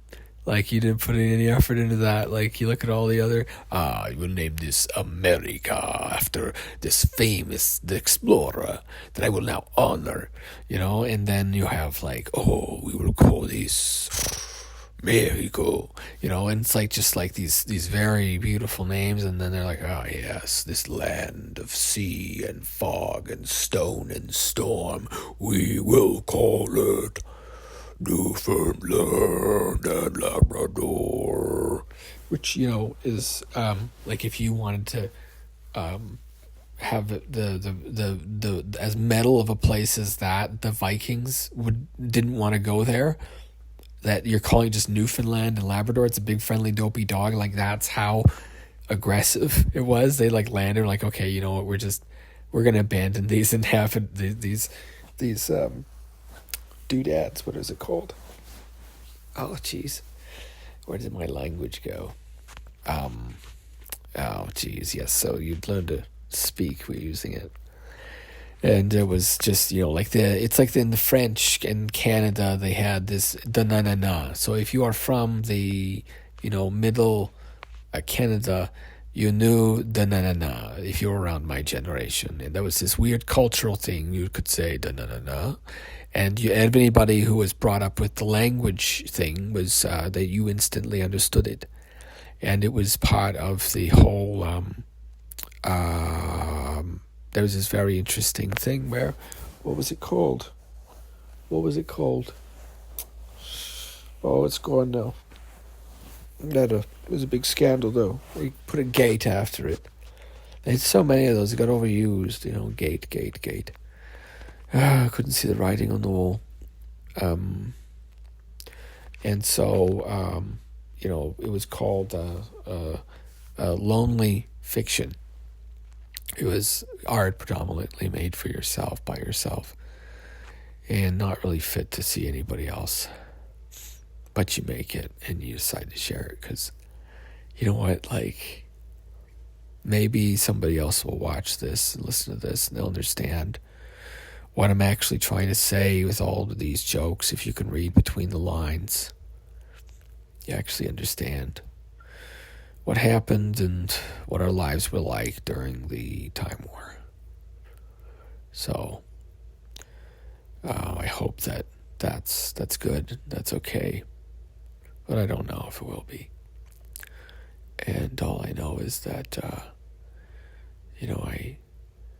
it's you lose yourself being alone for so long, and you can feel yourself kind of going crazy, but you're just like afraid to be like, shoot, why wasn't I stronger?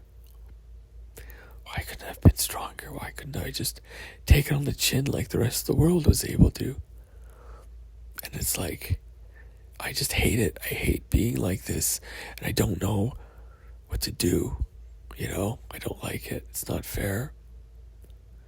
And I just want to be back to the way I was before and be able to just handle life. But I can't. And all I can do is make funny jokes about it because it's Star Wars Day. And that joke was out of this world. Hi-yo. Waka waka waka. I'm here all night, folks. Try the borscht. Tip your waitress. And I think maybe that's the price of envy. You see what it's actually like to live somebody's life, and you know what? No, I'm good with mine. Because I think we envy maybe the surface. We don't envy what's underneath. Like, if somebody asked me for being a comedian like 20 years ago, would I have liked to have been Bill Cosby as a comedian, like in Success? And it'd be like, yeah, of course. And then it's like your hero comes into like the spotlight as being like, yeah, it's like, we believed in you. You were supposed to be our hero. It was such a betrayal with the whole, like the Epstein thing and the Cosby thing and, Weinstein thing. And it's just like, they're our heroes. And then suddenly it's like, oh no, like science guy that was like, and it's just like, oh my God. It was just crushing. Like all these people you really admired. And, like, it's just kind of just awful. It's strange. And you think about, like, the world that has that in it. And it's just strange to really think about. So, that's kind of how I've been coping with things. It's just been making jokes about them. Because I have to make myself laugh these days.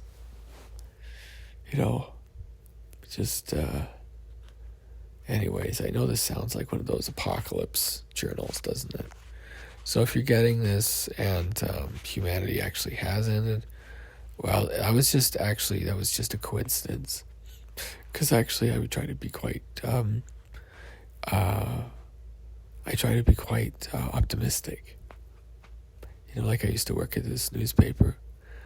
And the title of it was this very fancy word for things typically get better. And that's something that I often think about is that, yeah, things typically get better. Just give it a day. Give it a day or two or three, maybe a year or two or three. Things can typically get better. And maybe they'll be worse in a different way. But a change is as good as a break, eh? And yeah, this world is draining and tiring and hard to live in, isn't it? It's the lack of sincerity, I think. That's the hardest part, right? And, I think part of the challenge of being a human being is knowing when people are sincere or not. That's at the end of every romantic drama. Every every kind of different show. It's all about just betrayal and trust.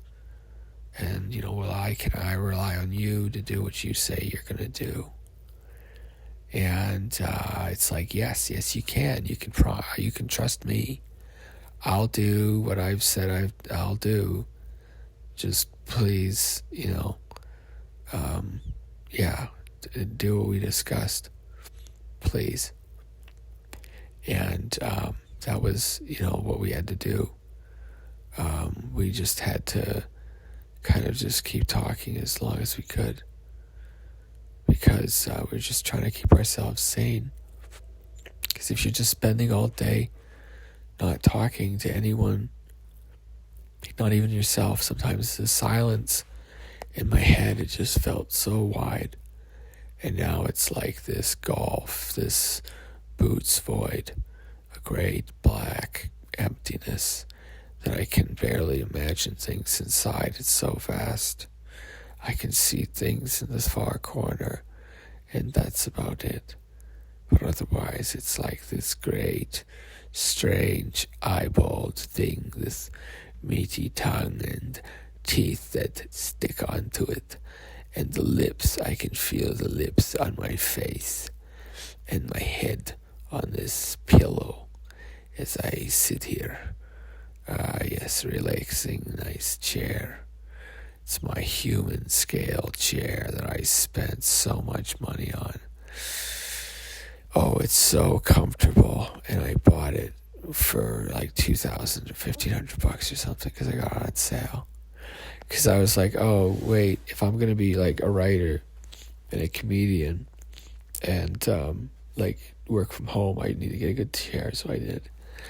And that probably saved my butt, literally, because I had to sit a lot, and it was just bad, believe it or not, this bag of bones used to be a gym rat before the whole pandemic thing. Hi-yo, waka waka waka. But now look at me.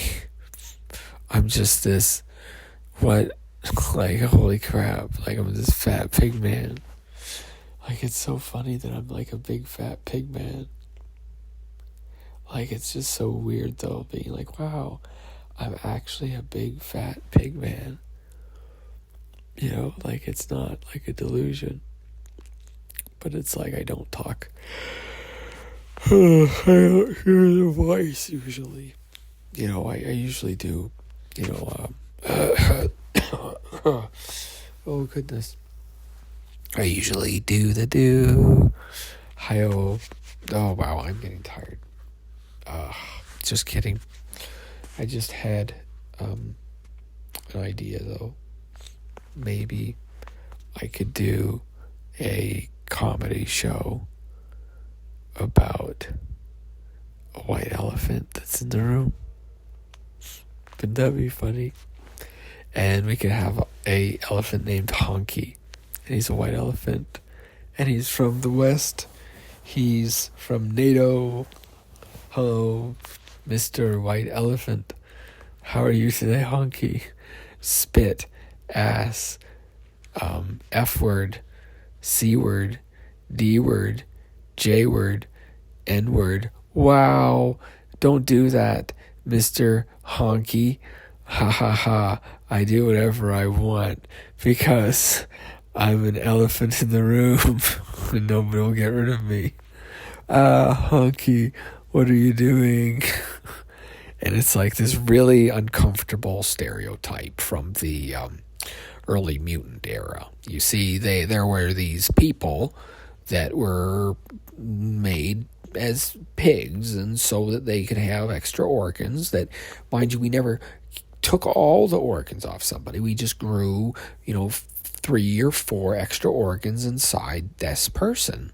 And so the whole thing was that we were just, we weren't going to ever kill them by taking the organs out. We just had them grow extra so we could take them. And we never thought that people would be so upset when they found out that we were doing that. People were under the impression that this was, these were victims of a radiation accident, like the shepherds out in the zone.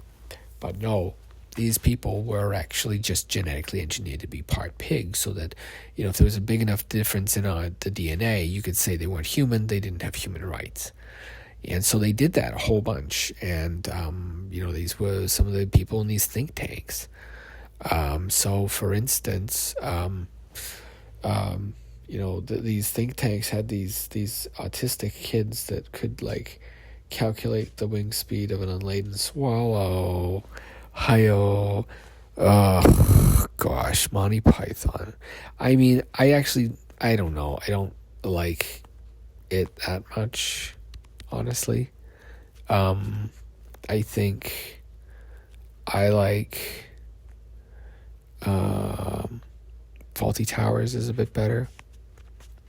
I think Dark Place is the best, though. And I think for the reason that, it just pulls you in and out of this. Is this real? Is this like the first time you see it? Or the first time you show it to somebody, they go through these stages of, is this real or not? And, I think that was the idea with, these Hamwise tapes that, of course, are now very popular. And, I was just proud to be part of the people that were collecting them. It was kind of strange to have people talking about a cassette that was circulating and you had to listen to it. It was reminiscent of Brockett 88. And, of course, for those who don't know, that was, what was his name? The newscaster's, his radio show down in Lethbridge area was Brockett 88. And so this was kind of the Brockett 88 of course, a different region, not the same area, but out there in the Midwest. And so, you only heard about this thing, but if you grew up, it's like the Denenana thing. If you grew up at that time, you knew about this thing that was this pig man. Basically, the CEOs were found out, and it was like, this giant mess of people turning up dead one by one. So, just kind of keep that in mind when you're thinking about your life and things, is that, there's so much good in the world, really. And Star Wars is one of the good things that you should be enjoying today. So if you haven't already guessed, today is May the 4th. And I'm trying to do another recording because it's Star Wars Day, and I can type that in the title. May the 4th be with you, with the hand signal for the Star Trek. It just gets so much hate, and I love my haters. I hold them close as I strive. From the bottom of my heart, I hope they're safe and alive. That was such a good video. Yeah, so, I don't know. It's kind of what I've been doing, is just like trying to get rich quick as usual, because I just want to get out of the rat race. I just can't keep up. It's just too busy. And so, I kind of hope that I can, get,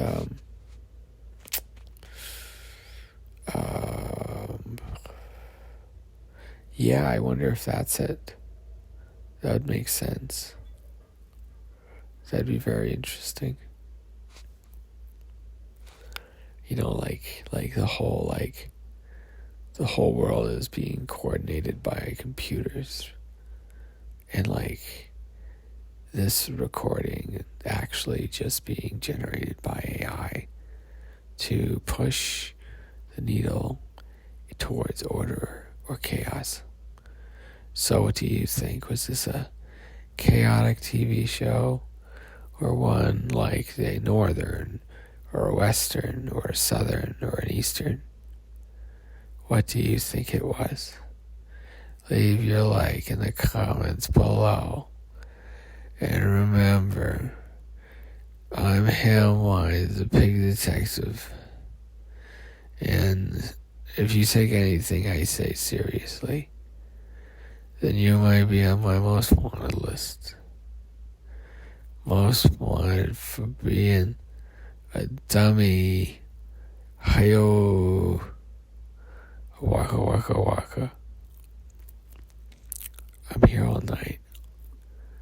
Tip your waitress. Try the chicken fingers. When you're on a chicken bender, grab yourself a chicken tender. Toot-a-roo.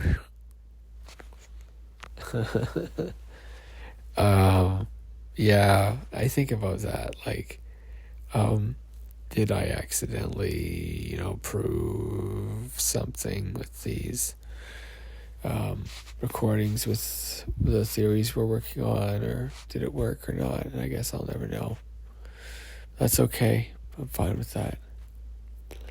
I do know that, we tried our best, and I know it succeeded because I was there during the test.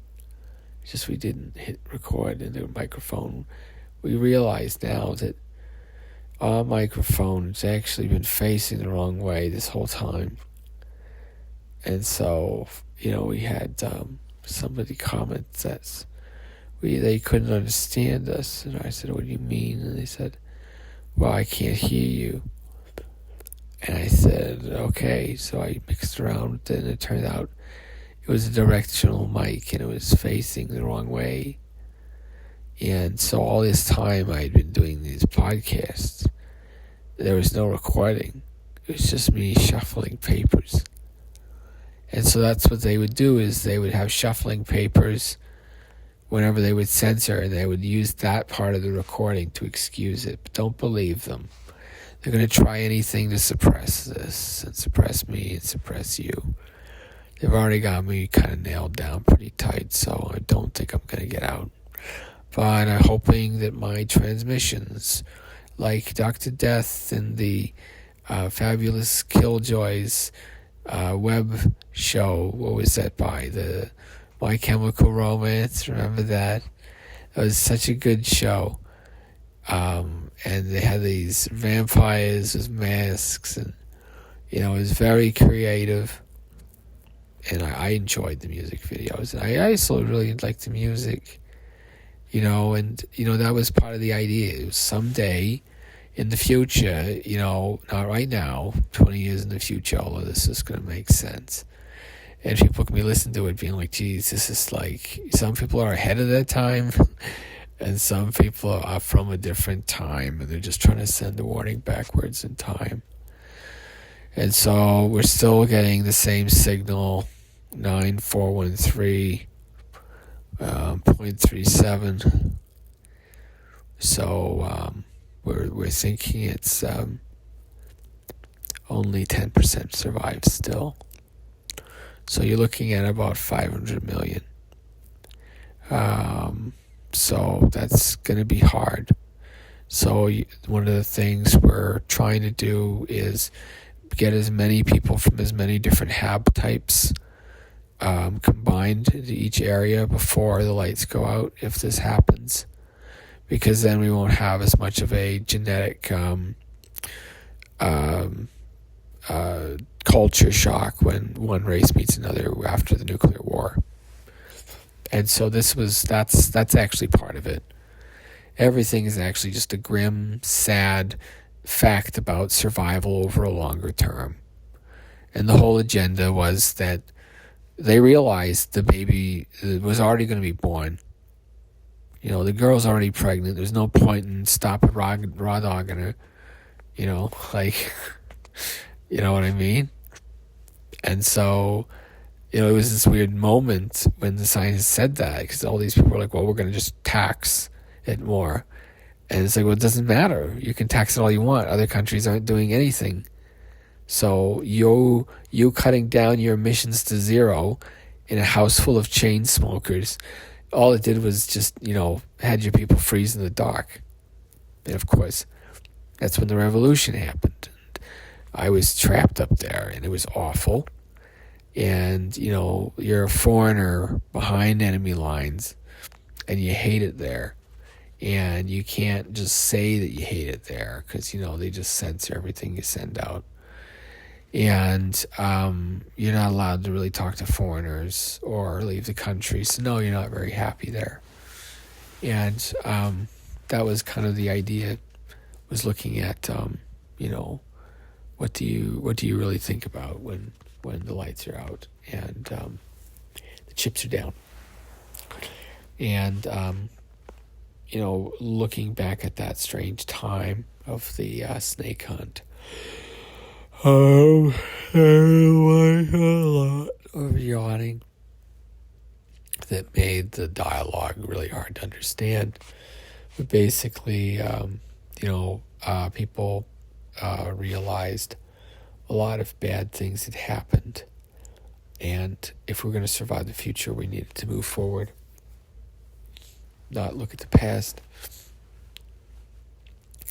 And so, that was the idea, was you would take these people and use them for experiments, right? And that's where we got the idea for the Hamwise guinea pig, because it was this humanitarian case that had come up. That basically, it proved that the political prisoner knew that it was being tormented and gaslit and everything, and it did it in deep detail, but it just was getting the message out pretty slickly. And so it actually was what made aliens actually show themselves and be like, hey, that's it, we're done playing around. And it was basically that, why are we doing this charade? Like, everybody knows. Like, even this person that's completely oblivious to everything. Like, let me tell you, I was out getting wings with this girl once, and she's like, hey, I got a boob job, by the way. And she pulls out her phone, and she shows me a picture. I'm like, oh, neat, and go back to eat my wings. What can I say? I think with my stomach, folks, hi-oh, good thing my wife is a good cook. Otherwise, I'd be eating somebody else's sweet potato pie. Hi-oh, no, I'm just kidding. I only have meat pies left. Oh, yeah, meat for the meat pig. Pig, meat, pig. Hey, let's address the elephant in the room. What kind of suit is that? A tuxedo? Yes. Why are you wearing a tuxedo? Because first impressions matter. And he's at a maternity ward. But see, that's the other type of humor, is you tell a punchline that makes everything else before it makes sense, and then you laugh. And it was like this certain brand of autistic humor that only autistic people would laugh at, where like something's ridiculous until the end, and then it makes sense. And like it was this weird thing. And so the Hamwise tapes, of course, were used as evidence of this an interesting phenomenon. And it's like you think of all the people that they get beaten down and kicked down and stuff, and when you're suddenly getting it too, it's like, wow, I can't believe this is real. I can't believe this is like real life. And that's part of why it was so surreal, I think. And I couldn't believe it. It was strange. And I couldn't really understand what had happened at first, And then more and more I began to piece together what had happened. And I recall there was midway through, I remember they did like a interview on moral injury. I hadn't had any at that point, though. But then, as things dragged on, things got worse and worse. And it became a question of, am I one of the baddies? And of course, everybody knows about, what really drove me over at the end of the day. But, the other part was like that I'd been taking their money and had been okay with it for so long, and I didn't realize it. That was kind of weird. Because you always assume that you're going to be smarter than the average bear, but not me, not Redrick Schuhart, not Hamwise, the pig detective. We're not smart, but, that's okay. Let them laugh. Let them make fun. Let them do whatever they want as long as they pay me. We're all somebody's whore, was the joke.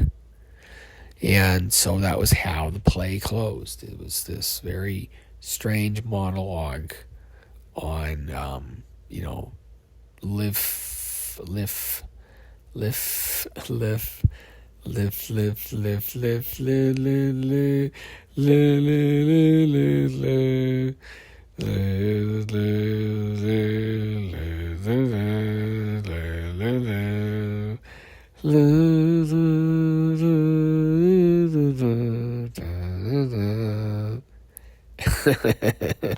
You see what I did there? Star Wars is great. Let's all talk about it now. So, hey, Honky, what do you like about Star Wars? Oh, hey, I like Star Wars because it's full of interesting characters. I've only seen the original trilogy on VHS. So I've never watched any of the other ones. I think I saw the new prequels in theaters when they came out. I never watched them again because they were dumb. And I did watch the original Star Wars on VHS though, with unmodified whatever. So I still have it somewhere. And so that was the Star Wars that I like. I've never seen any of the ones. I know what happens, and I know all the schlock going along with it. So, but that's not my Star Wars. My Star Wars is heroic. It's optimistic. It's good. Conquers evil. Not everything needs to be morally gray. Good can triumph. There is good in everybody, and that's something that I believe, right? Obviously, I'm trying to save the world with my comedy.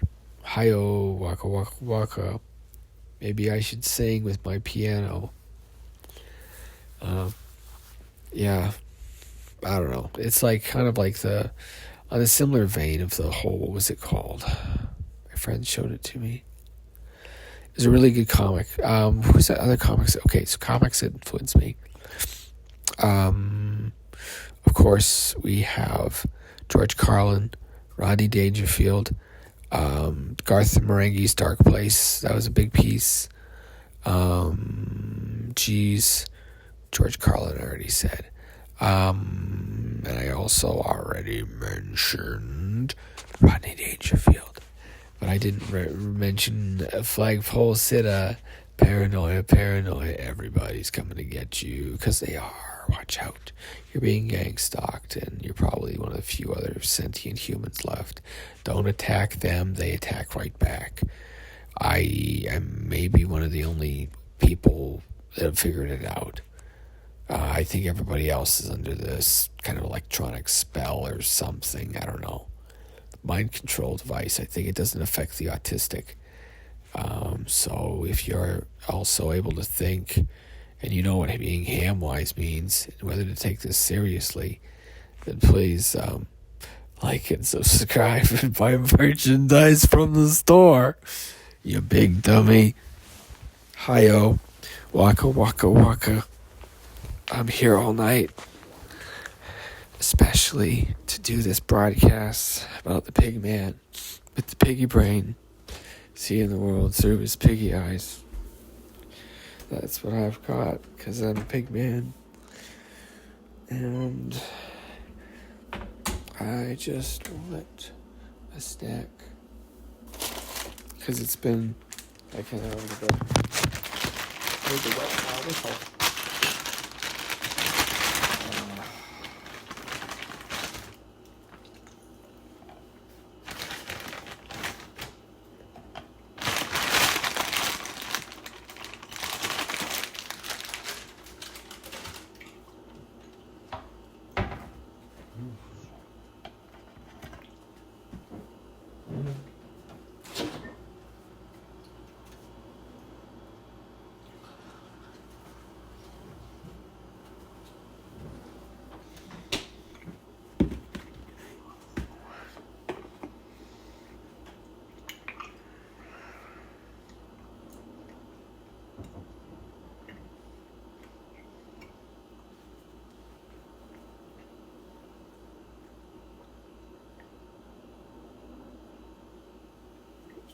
Yeah.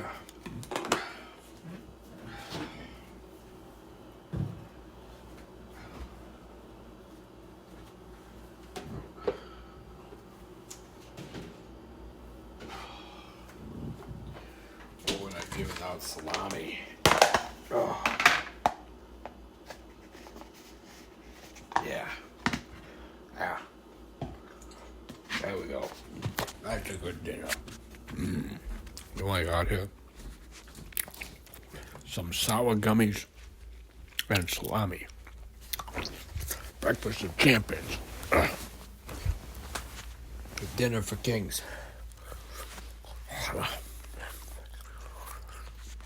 I lost most of my sense of taste, so my diet had become pig-like.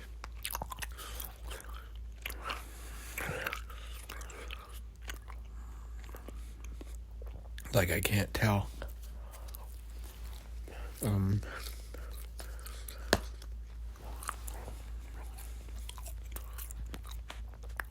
I get too hyper when I drink caffeine.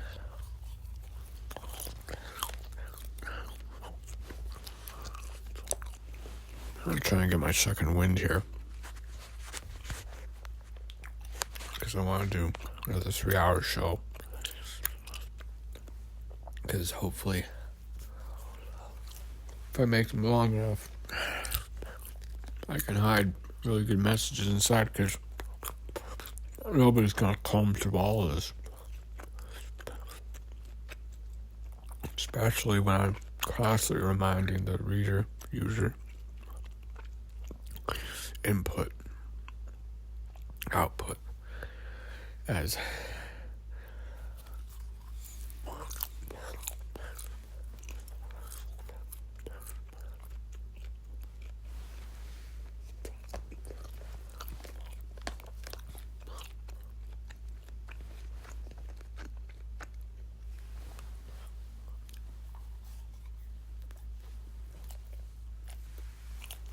What the fuck? What the fuck? What the fuck? What's wrong with me? Jesus Christ, man. It's bizarre. I'm so retarded. Holy shit.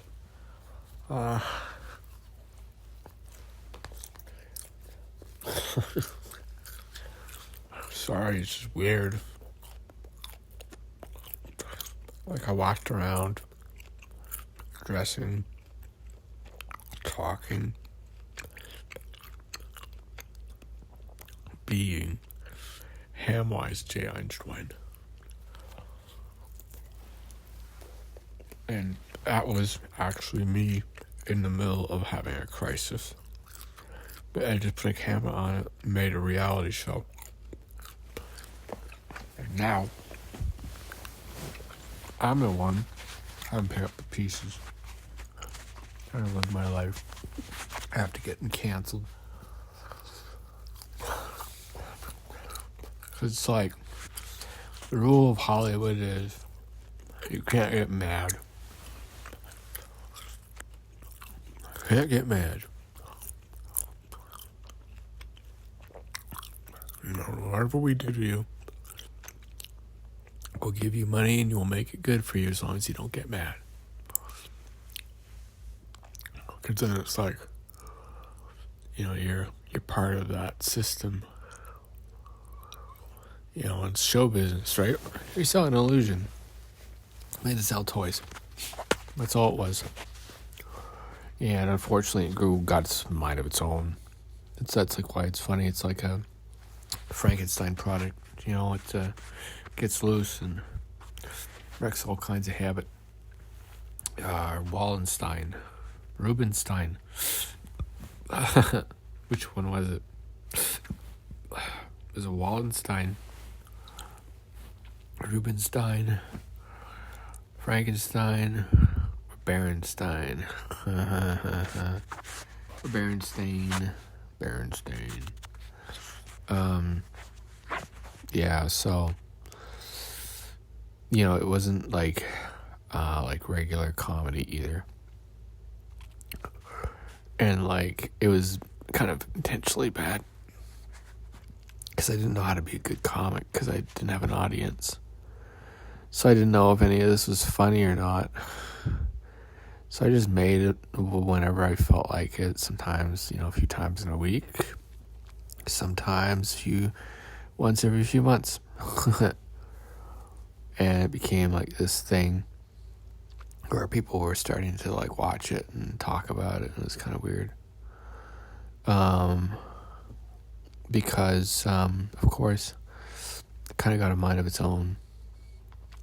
But, the rest was fine. I'm okay with Saturday, Sat May 4, Sat May 4, Sat May 4, Saturday, May the 4th be with you. A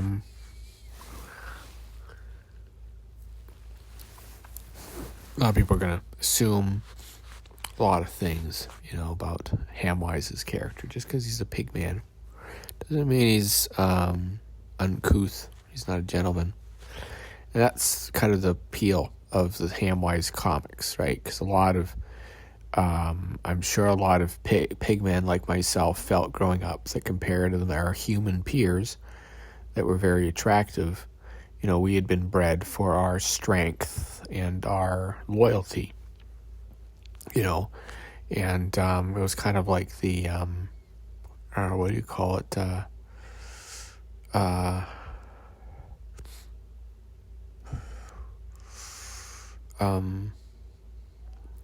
they called? It's dark in there. In Warhammer, what are they called? Ogrins? Yeah, or something like that. Ogrins, I think. Because it's like, they're like super loyal and they don't understand very much, and that's like how I am. But with like people. But I chose to work in a human field because I like to help people. But sometimes it's like, oh wow, I'm so autistic. And like, I'm so weird. Would anybody take it seriously? No, because it's a pig man. And so it kind of gave me a lot of creative freedom. Because I could make it into kind of any kind of show I wanted. Sometimes it's like a variety show. Sometimes it was like me, doing back and forth. Like, hey Alexa, tell me a funny joke, please.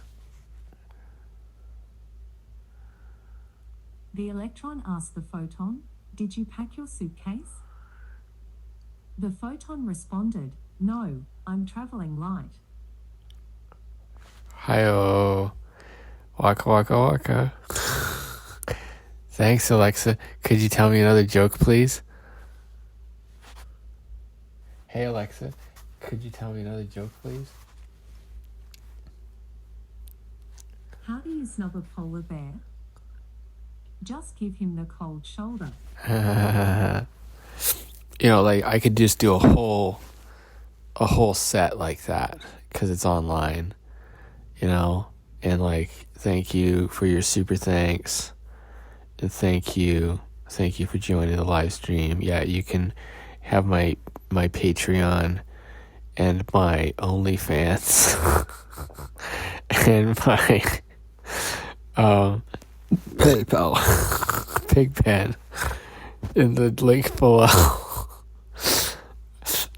Just kidding. I will never ask you for money over these platforms. Do not send them any. Only buy official Hamwise merch from official Hamwise vendors. However, e-transfers are accepted on the behalf of our publishing company as listed in the description. Thank you. Have a good day. And so, that's kind of how the show just would go. It was this weird interstice between like comedy, science fiction, analog horror. The idea of that you've stumbled upon something actually very strange that you're not supposed to maybe be seeing. Which it was, actually. It turned out, like none of these recordings were supposed to become made public to the general public. Because it was during the Time War, and so we were screening people that were not acting, regular to see if they'd been taken over. And, we couldn't tell the public this, because it's like, oh, our dear old dad had a stroke and now he's actually inhabited by an 1800-year-old Kandarian demon, that wasn't really an ideal thing to do. So we had to keep it from the public, along with a lot of the supernatural stuff that's out there, and there's always these reporters types and investigators like Hamwise, the pig detective. They're always trying to, expose the truth. The thing about the truth is, it's not what you know, it's what you can prove. So it doesn't matter what you know is fact, is your truth, but you can't prove that though. And so that's where kind of the movement fell apart, and eventually, the aliens, of course, they make their appearance finally in the public eye, and our world changes overnight. Every single scientist who had spent their entire life studying, they suddenly lose their job because there's alien technology easily and freely available that invalidates every single human science by 10,000 years, hyper-evolved. And so it was the cultural end of humanity.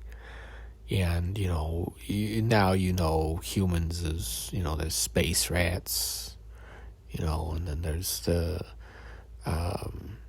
Lilim, there's that type.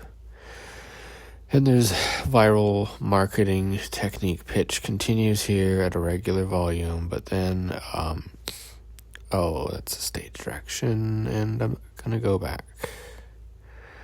And so the ad continues on like this, and then you improv things until you have to mention that gorilla in the phone booth. Watch out for a gorilla in the phone booth. I don't know.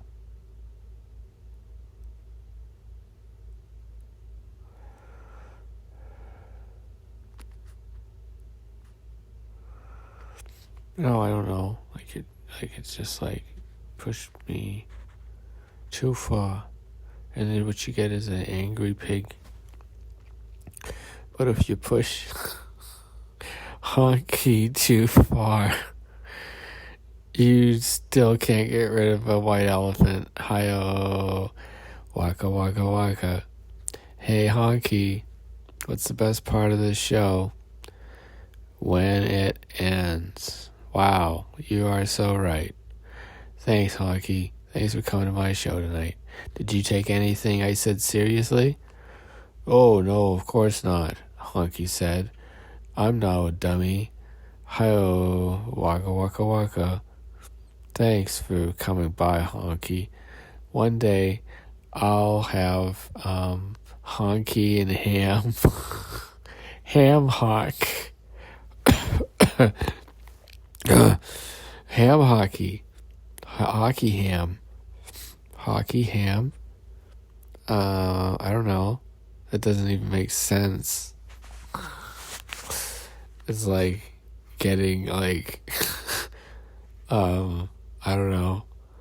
Like getting somebody's relative's autograph is so weird. But I actually did that. I got Wayne Gretzky's dad's autograph because I was traveling, and I was like, why do I know that man? Why do I recognize him? And then finally I was like, oh my gosh, that's Mr. Hockey. And so I went and got his autograph on my plane ticket. So it was a really weird coincidence. And the thing is, with Gestalt reality, me saying that right now is actually what that caused to happen in the past. And so what you can do is you can actually self-author your life to be the success story you want by realizing that. And so the whole point of the Hamwise tapes was to bring that message to you, that you're free and you're beautiful and you're wonderful. And it's not your fault. It's not your fault. You're not doing well during this terrible time in the world. It's not your fault. It's a hard time for everybody. It is. And now, as we wind down the end of the Hamwise show for the day, I think I'd like to just get a little bit personal with you, Like you think about talk television, that's a hard job to do, like the morning show. You've got to go in and put on a brave face even when the world's burning, And so I think that's one of the things that during the pandemic, and, I try to just be easy on other people, especially myself, and, I'm this pig man with a pig brain, and I see the world through my piggy eyes. And sure, if people take me seriously and get offended and they say, oh, is this or that, then, it's a psyop, or it's this, or it's actually a time message from the future, whatever other things they come up with for it. Oh, it's generated by an AI. Oh, no, it's a script and it's a voice actor. Oh, it's a team of voice actors, because listen how different they sound on this tape versus that tape. It's even down to the little verbal tics. And so there's all this debate over the veracity even of the tapes. And, it's like, well, where are the physical tapes? Where are the original recordings? Where is the studio that it's done at? And it became a big headache. And so that's why the truth had to be revealed eventually. And, I wasn't the one who made that decision. We had to talk about it as a company. We'd been paid quite a hefty sum to do this viral marketing thing. And, were we allowed to spoil it? It's to sell this thing that's going to come out. We can't even say the name of it because, we've signed an NDA. And the judge said, okay, no, you've got to appear in the show now and make sure you comment on that. No, this is all part of a viral marketing campaign, and no, none of your conspiracy theories are right. There's no hidden prison in northern Canada somewhere. I don't know. Don't get a lot of sun and it's quite cold. Might be Siberia, I don't know. It's just the middle of nowhere. You can drive for hours and not pass another settlement. It's like frontier. You think of Canada, you think of Toronto or Calgary, and then you think of Toronto and Calgary, and you realize that, it is quite, there's localized accents, especially from mixing of other cultures. So, the Midwest, it's very kind of mayonnaise, like the honky, the elephant accent. And then you have in, of course, in the prairies, in the mountains, you've got the kind of the odd, it's kind of like the Vernonese accent, right, from the folks up in Vernon, and they kind of the more the stoner voice, they just, because they were always high, that's what they did, they just grew marijuana out there in the mountains, and that was their thing. And now you look at okay, what about food supplies, right? And of course, back then, everybody had food all the time. It was weird when we had these lines being sent to us about, it's a future joke. It makes sense for future audiences, and we were like, what do you mean that's going to be a joke that people get in the future? And it's like, oh no, just don't worry about it. Just read the script. And so we realized it was kind of an odd customer, but that was okay because we all got paid. And everybody got what they want, especially the creator, the original creator of Hamwise, who will, when they're ready to make their appearance, they will be more than happy to appear on the show. But yes, this is a viral marketing ploy, and that's why you don't take anything I say seriously, because you don't want to be a dummy on the most wanted list. Trust me. And so that was that, and that was how the one show ended. They had this just weird hanging part where it's Like, it's like, in the theater, they're still playing dialogue, and you're not sure if you'd stick around. Like, there's no more jokes for the rest of the show. The rest of the recording was just that person kind of babbling for a little bit. And you could stop listening, and it didn't matter. And it was just this weird background voiceover that was used in a lot of, it was just, imagine it was just a stream of consciousness conversation, the tracks. That was kind of what they were used for, is, you'd remix them as kind of background chatter on like radios, like as if you're flipping through channels. And that comes back to the original play that was called God Vision. And so it was this idea of this looping play, and, it's this very strange, surrealist thing. And, of course, everybody takes things way too seriously, and they make some connections that are unfavorable. This is probably the only time, I'll use a strong word like this on air, but there is the character, I'm not going to say it, I'll just say F-O. If you've get it? Hayo.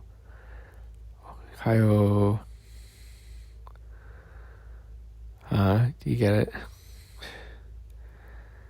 It's funny, 'cause it's like, like there's no more jokes. Hayo. What does F-O stand out for?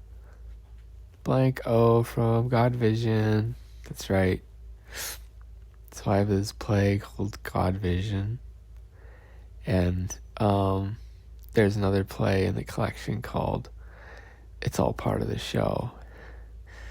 And that's kind of a really good piece as well. And so, that was what that allowed them to do what they did.